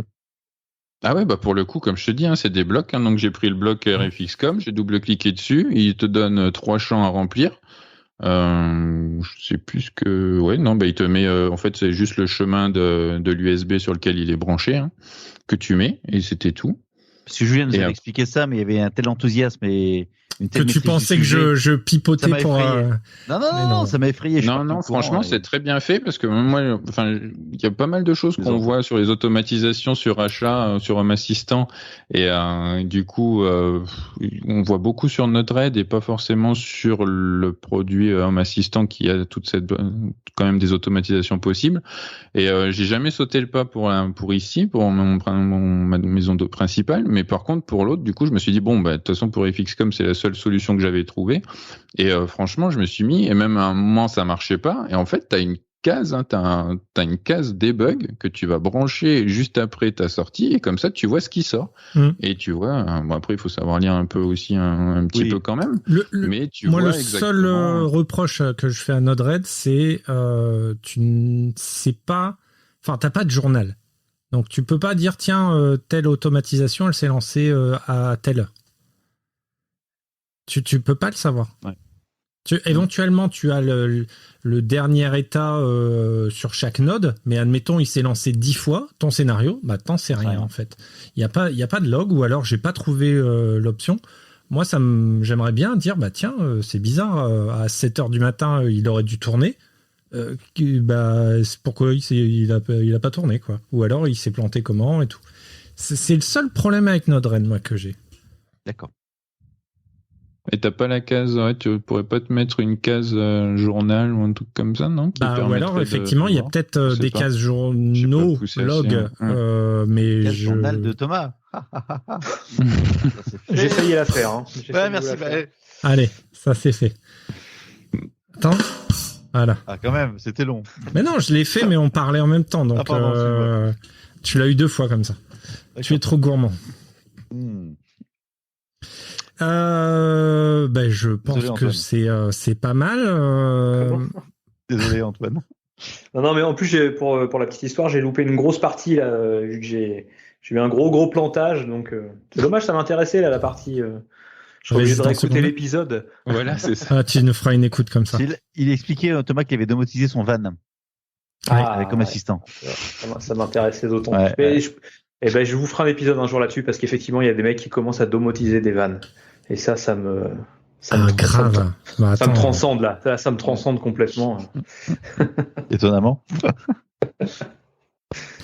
Je suppose que maintenant, au vu de ton enthousiasme et tes vidéos, t'es complètement conquis sur Home Assistant, ou tu vas changer?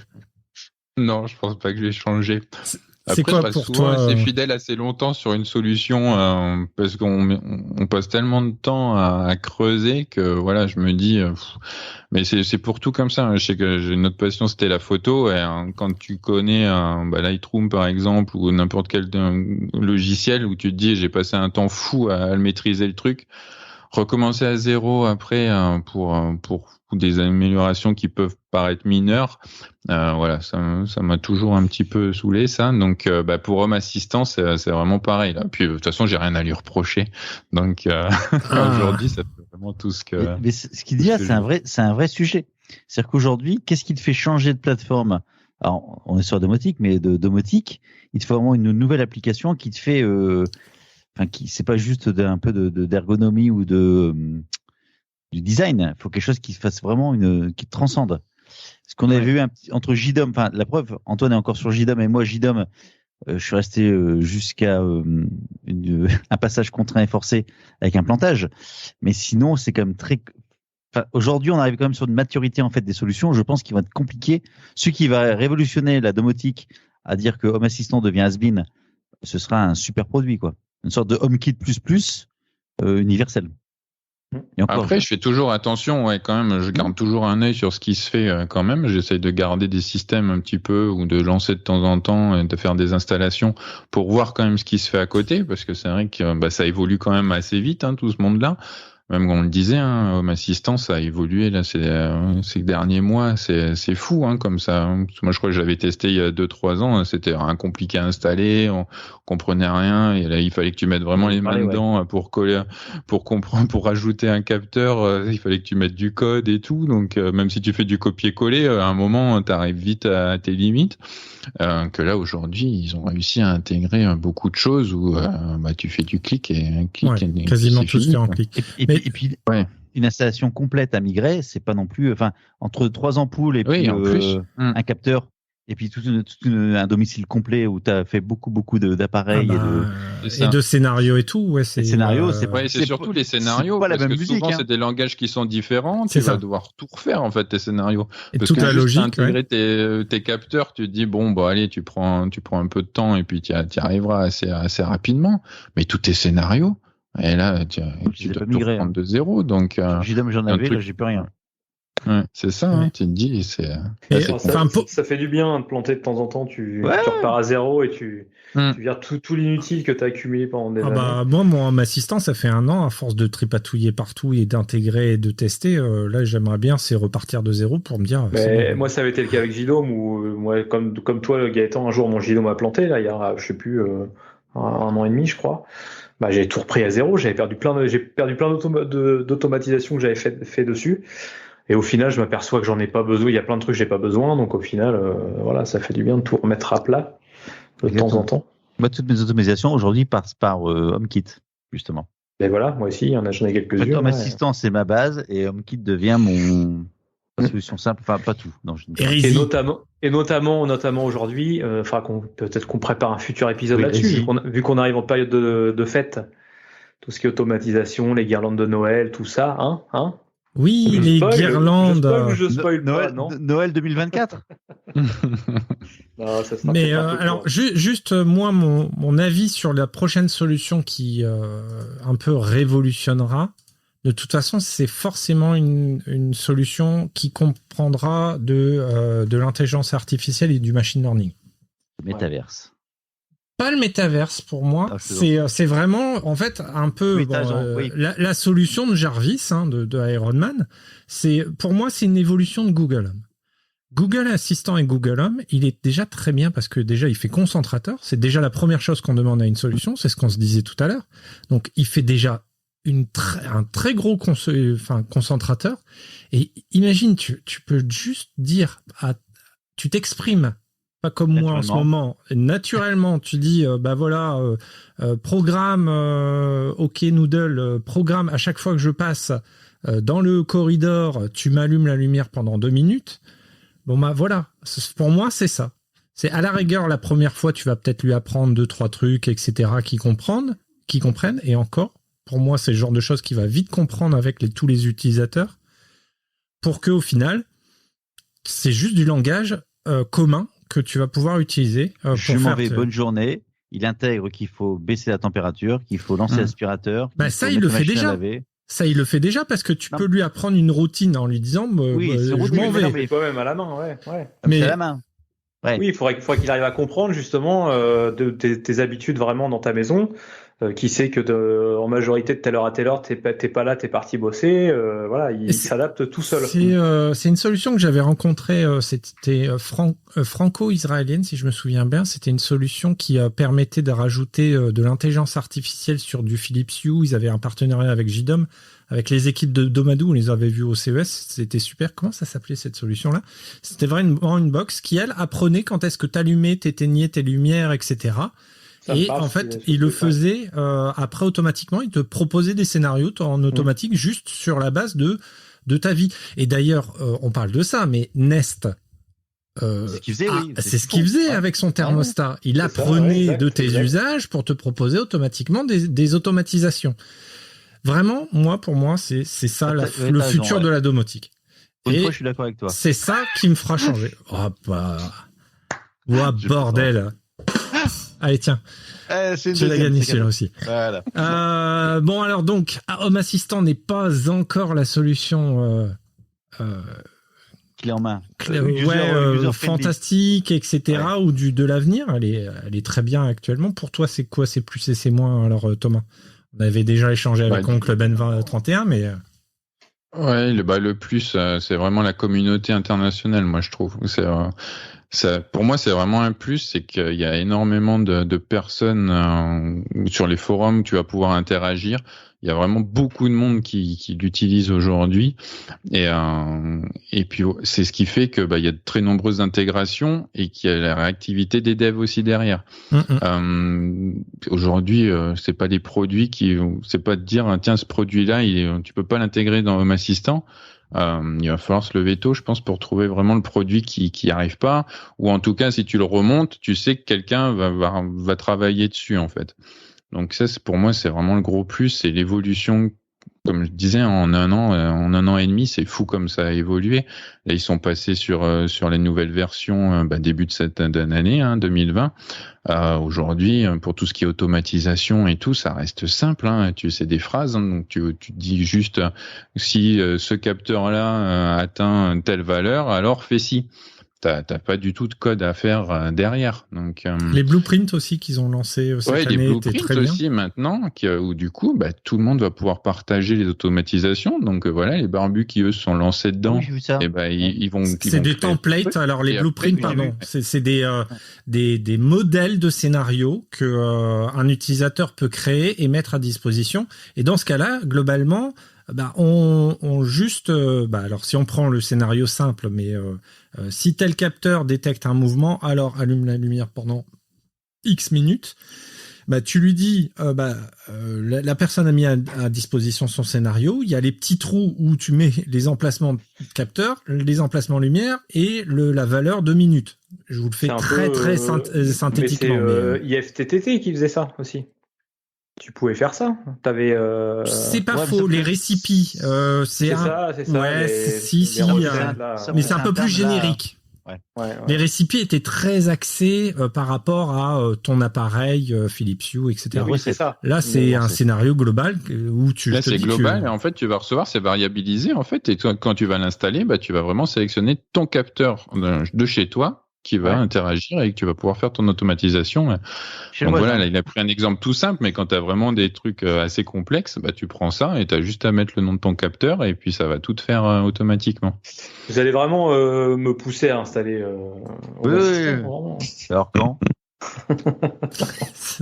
il a jamais dit. En 2022, je pense. Ouais, 2022, parce que 2021, je pense que c'est mort. Tu vas bientôt préparer Noël. C'est mon projet. Home Assistant, c'est mon projet. Allez. C'est pour mai, c'est ça? Avril-mai, c'est ça, pour le projet? C'est ça. Tu seras bien. Tu vas te présenter. On votera pour ça. Donc Après il y a l'interface aussi dans les plus que je trouve vraiment, je la trouve très jolie, très fluide, pas mal personnalisable aussi. Donc c'est vrai qu'avec tout ce qui est leur système de cartes que l'on va pouvoir mettre dans l'interface, pareil, là, c'est tout des personnes externes, enfin n'importe qui va pouvoir partager ses cartes. Tu vas pouvoir intégrer ta carte et faire en sorte que ton interface ressemble à quelque chose que toi t'as en tête. D'ailleurs, super ta vidéo sur les 5 cartes que tu aimes beaucoup. Alors donc Thomas a fait une vidéo où justement il explique les 5 cartes qu'il utilise le plus ou qu'il aime le plus. Je sais plus. C'est quoi, ou que tu recommandes, je crois, c'était ça le titre exact. J'utilise, en effet. Ou que tu utilises. Et effectivement, alors on retrouve des cartes qu'on retrouve beaucoup dans beaucoup d'installations. Je te l'ai dit la dernière fois, sur les 5, moi j'en utilisais 4, tu m'en as fait découvrir une qui est géniale, qui est la banner, quoi. Et c'est vrai que on fait des choses assez épurées ou complexes, suivant ce qu'on veut, mais on trouve vite chaussure à son pied. Oui, c'est ça. Donc ça c'est vraiment beau et puis c'est vrai que ça c'est assez sympa.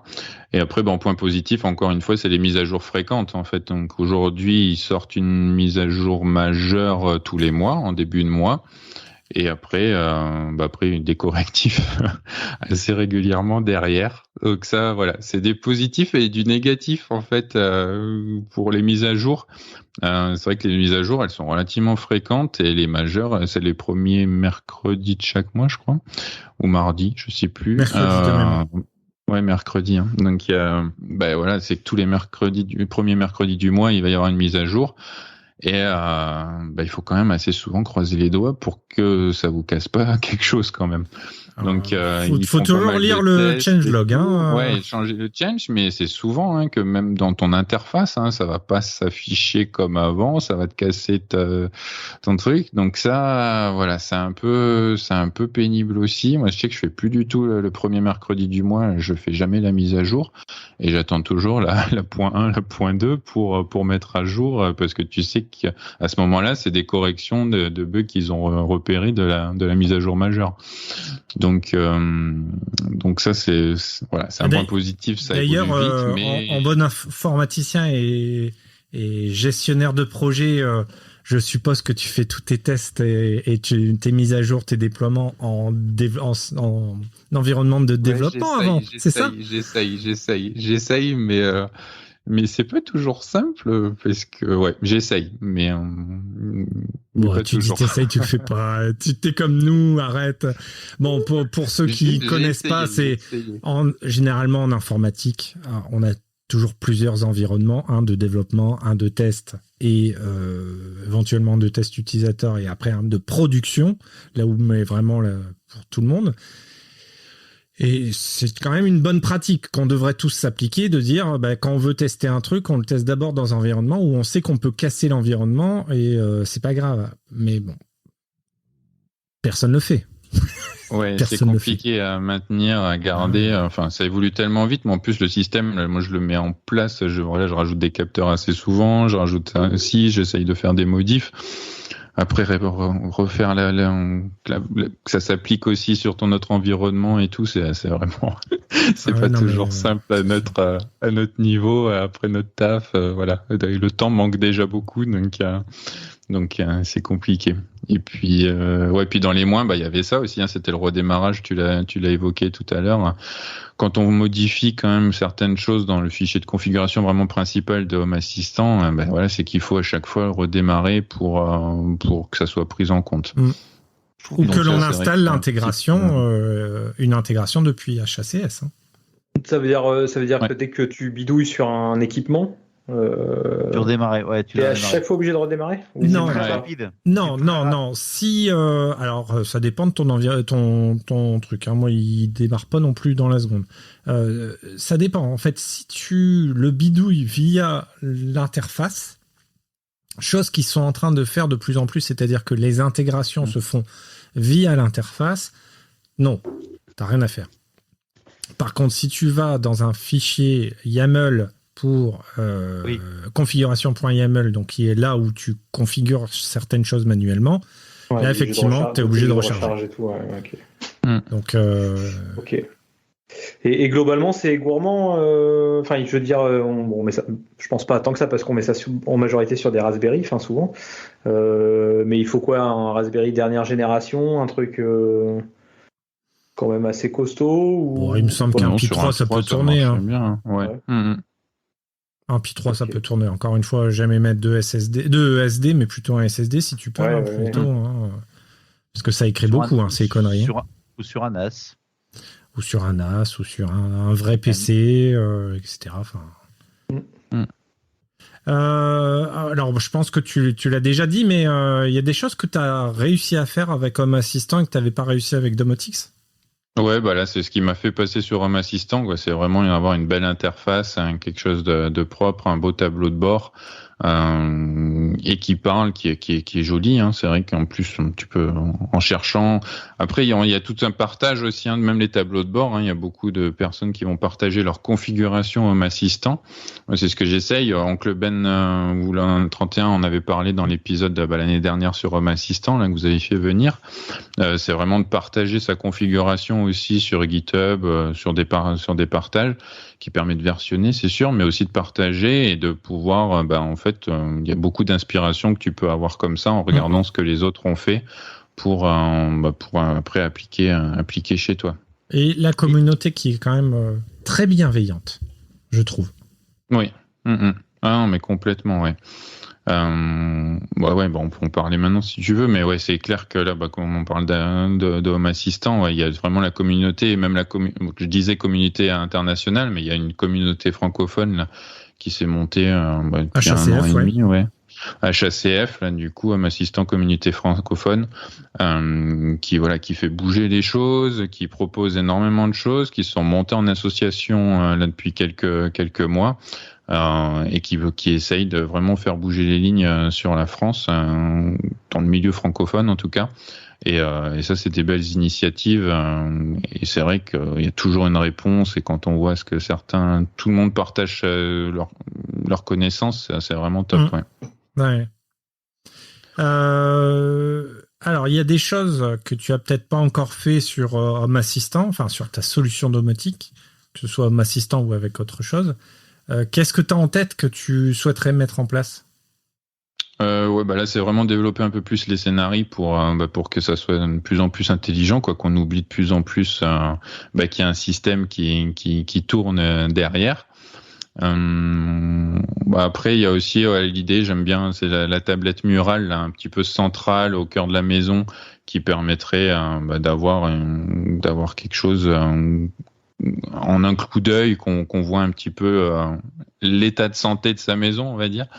Donc ça, c'est vraiment les projets pour 2022, moi, dans mon cas.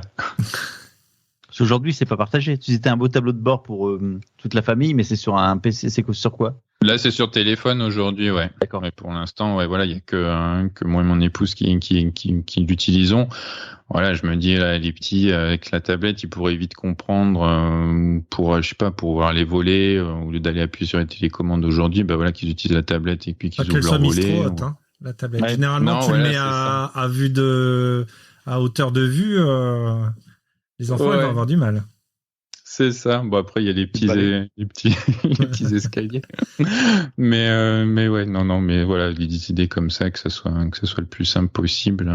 Aujourd'hui, c'est pour ça que dernièrement, tu as fait d'ailleurs ta vidéo sur le mode plan. Exactement, de Home Assistant. Il y a ce système de plan, là, que je trouve absolument fantastique, sur Home Assistant. C'est vraiment d'avoir le plan de sa maison.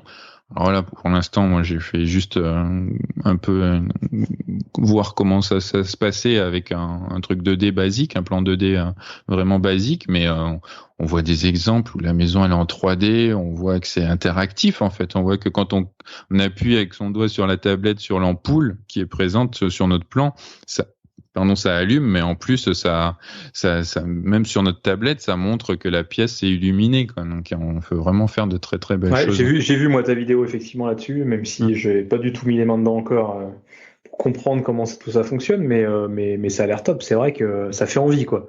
Mais là, c'est vrai que c'est basique. Ça donne envie de passer, de s'y mettre, quoi. Ouais. T'as ton plan de ta maison et tu vois directement, tu peux faire les informations que tu as envie, quoi. Même si ce genre de choses, on le voit aussi sur JDOM. C'est pareil, sur JDOM. Oui, c'était déjà faisable sur JDOM, ce genre de choses-là, le mode plan. Après, c'est la réalisation et d'ailleurs, JDOM avait même sorti les plans en 3D. Un plan 3D, ouais, je sais pas, aujourd'hui, j'ai pas trop suivi si ça a vraiment abouti, ce truc-là, ou... Aucune idée. C'est pas nous qui allons te le dire, hein. Non. Malheureusement, non, j'ai pas creusé de ce côté-là, mais effectivement, t'as un mode 3D. Mais... Alors, on l'a abordé quand même plusieurs fois. Donc, tu as ta chaîne YouTube qui s'appelle Journal de Thomas et non pas le Journal de Thomas. Ah bon, il y a une chaîne YouTube. Pour quelle raison, quand est-ce que tu l'as créée ? Pour quelle raison tu as créé cette chaîne YouTube alors ?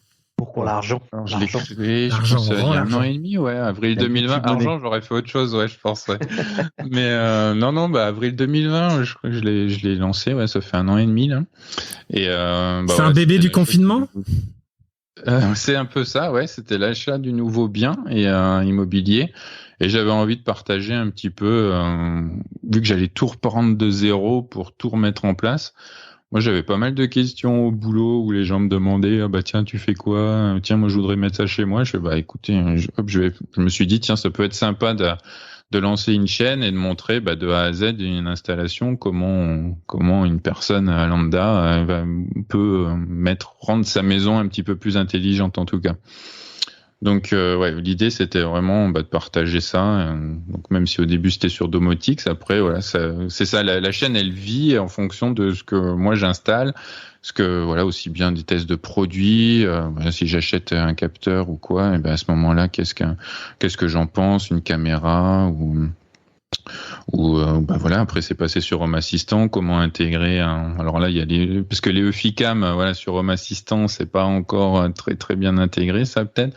Donc voilà, l'idée c'est de tenir et de se tenir au courant un petit peu de comment comment écoute, les intégrer. Excuse-moi, je t'arrête, mais tu regardes le add-on de EFICAM, qui est d'ailleurs lié à MQTT, et tu récupères les infos dès qu'il y a un capteur, dès que le capteur est déclenché, les photos, les dernières photos. Oui, t'es pas en live. Pas le stream. Oui, t'as pas le stream. Mais le stream, c'est le principe même de pas être en stream tout le temps, parce que sinon tu vas bouffer ta batterie. Pas tout le temps, mais quand tu le demandes, il faudrait qu'il puisse te l'afficher quand même. Tu l'as sur HomeKit, tu l'as, oui. C'est dans Secure Vidéo. Bien sûr, ouais. Ah, bah, mais moi, j'ai pas des versions compatibles HomeKit, alors je me suis jamais posé la question. Oui, non, elles sont pas compatibles. Ce serait bien, c'est que tu l'es pas tout le temps, mais que quand tu cliques, tu te dis, tiens, je clique, là, en fait, il faut que j'ouvre mon application EFI. Donc, comme je disais, ce que je veux, c'est de pas avoir d'autres applications. C'est de tout centraliser dans Home Assistant. Donc, ok, je vois la photo du mec qui est en train de me voler, mais bon, j'aimerais bien avoir la vidéo en direct, quoi. C'est pour ça que ta batterie dure plus longtemps. Parce que moi, je stream beaucoup sur HomeKit. Ok. Donc le partage, bah écoute, merci justement pour ce partage pendant cette émission. Là, j'ai une question moi sur YouTube. C'est pas fini. Question sur YouTube. Monsieur improvise. Non, c'est dans le texte. Je viens de le rajouter à l'instant. Quelle organisation tu as mis en place pour que tu sois aussi régulier? Enfin, quand je suis régulier. Régulier, je le suis pas. Tu l'es beaucoup plus que certains. Je donne pas de nom. Oui. Voilà, on s'en est parlé l'année dernière, mais t'es comme beaucoup plus régulier. Donc en plus, t'es parent avec des enfants en bas âge. Comment tu essaies de t'organiser sans donner toute ta vie privée, etc. Mais c'est quoi ton un peu ton le matin, j'essaye de préparer les vidéos aussi dès que je peux. Je scripte beaucoup les vidéos et après dès qu'il y a un moment où j'ai pas les gamins dans la maison qui crient ou quoi, j'essaye de tourner. T'en profites. D'accord. Donc voilà, alors là du coup pareil, là, je suis pas mal en travaux aussi, donc je bouge un petit peu de pièce en pièce. Donc voilà, l'idée c'est vraiment d'avoir sa pièce aussi. Et voilà, quand ils sont soit le matin ou soit le soir quand ils sont couchés, à ce moment-là j'arrive un petit peu à enregistrer. Ok, ouais, donc en fait ta clé, c'est sur le fait de scripter en avance, d'écrire un maximum en avance. Scripte, puis après, il y a quand même pas mal de montage. C'est un peu la partie que j'aimerais bien réussir à améliorer. Mais l'idée, c'est aussi que je tourne en plusieurs fois. J'ai fait les face cam, je vais les faire quand je suis au calme. Et après, vu que c'est vrai que c'est des vidéos où il y a quand même pas mal de tutos, où je montre quand même pas mal ce qui se passe sur l'écran aussi de l'ordi, sur Home Assistant ou autre. Du coup, ça, je peux le faire en plusieurs fois. Je suis pas obligé de tourner aussi toute la vidéo en permanence. Ok. Puis une petite dernière question, parce que tu l'as marqué, je voudrais quand même que tu le signales, enfin, qu'on en parle. Tu as quelqu'un qui t'inspire au niveau... Oui, il y a ça. En fait, dans tout ce qui est création de contenu, etc., c'est vraiment... l'idée, c'est ça, c'est de partager, mais c'est finalement de garder un carnet de bord. Hein, donc, c'est le journal de Thomas, justement. Et ça, c'est vraiment quelque chose... Ouais, moi, j'écoute Bertrand Soulier depuis quelques années maintenant aussi. Je connais, ça me parle. Le nom me parle, mais... C'est un mec qui fait du roller. Ah, c'est ça. Ça doit être ça. Pas. Alors, non. Je pense qu'il y en a qui connaissent pas. Dans Tech Café Domotique, possible. Je serais étonné, mais oui. Si, il a été invité en plus, il me semble. Non, sur Real Life. Ah, c'était sur Real Life, oui. Exactement. Donc voilà, c'est une personne qui aide pas mal les créateurs de contenu, un grand podcasteur qui fait beaucoup de podcasts, voilà, que j'écoute beaucoup, voilà, qui prône vraiment le fait de documenter son quotidien, et voilà, c'est vraiment ce que j'essaye de faire, c'est à chaque fois, je reçois un produit, je vais l'intégrer. Au lieu de le faire moi-même, j'essaye de filmer et de montrer comment faire pour le faire. Et en fait, je me suis retrouvé des fois à refaire soit une installation ou quoi, je regarde mes propres vidéos ou je relis mes propres notes pour me dire tiens, attends, merde, comment j'avais fait? Ah tiens, oui, c'est vrai, j'avais fait ça, ok. Après, c'est aussi sympa de revoir ces vidéos et de se dire ah mince, l'interface aussi a changé. Et de revoir, dire tiens, peut-être que là il y a une très grosse évolution, c'est peut-être intéressant de refaire une vidéo ou de redonner d'autres explications. Donc voilà, l'idée c'est de noter tout ce que je fais et de le partager comme ça. Donc du coup c'est le temps que j'arrive à me libérer pour le mettre en place. Et du coup, je filme et ça me permet de gagner un petit peu de temps là-dessus. Mais après, voilà, je notais déjà tout. Ça, c'est peut-être une déformation de chimiste que j'avais, où quand je faisais les expériences, tu notes tout dans ton cahier de labo. Là, c'est un petit peu la même chose. En tout cas, bravo et merci Bertrand. Ouais. Qui nous écoute. On lui dira de venir écouter. Ouais, on lui dira. C'est genre, on va peut-être le faire venir. Je sais pas s'il pourrait parler de domotique, mais bon. Domotique, je sais pas. Bon, on lui demandera. À voir. Bon, en tout cas, merci beaucoup Thomas pour cet échange et pour ce partage. On a bien compris que tu étais beaucoup dans ce partage. Justement, tu as encore une dernière chose à partager. Alors, comme à notre habitude, on a une rubrique où on partage des chaînes YouTube ou blogs qu'on voudrait mettre en avant.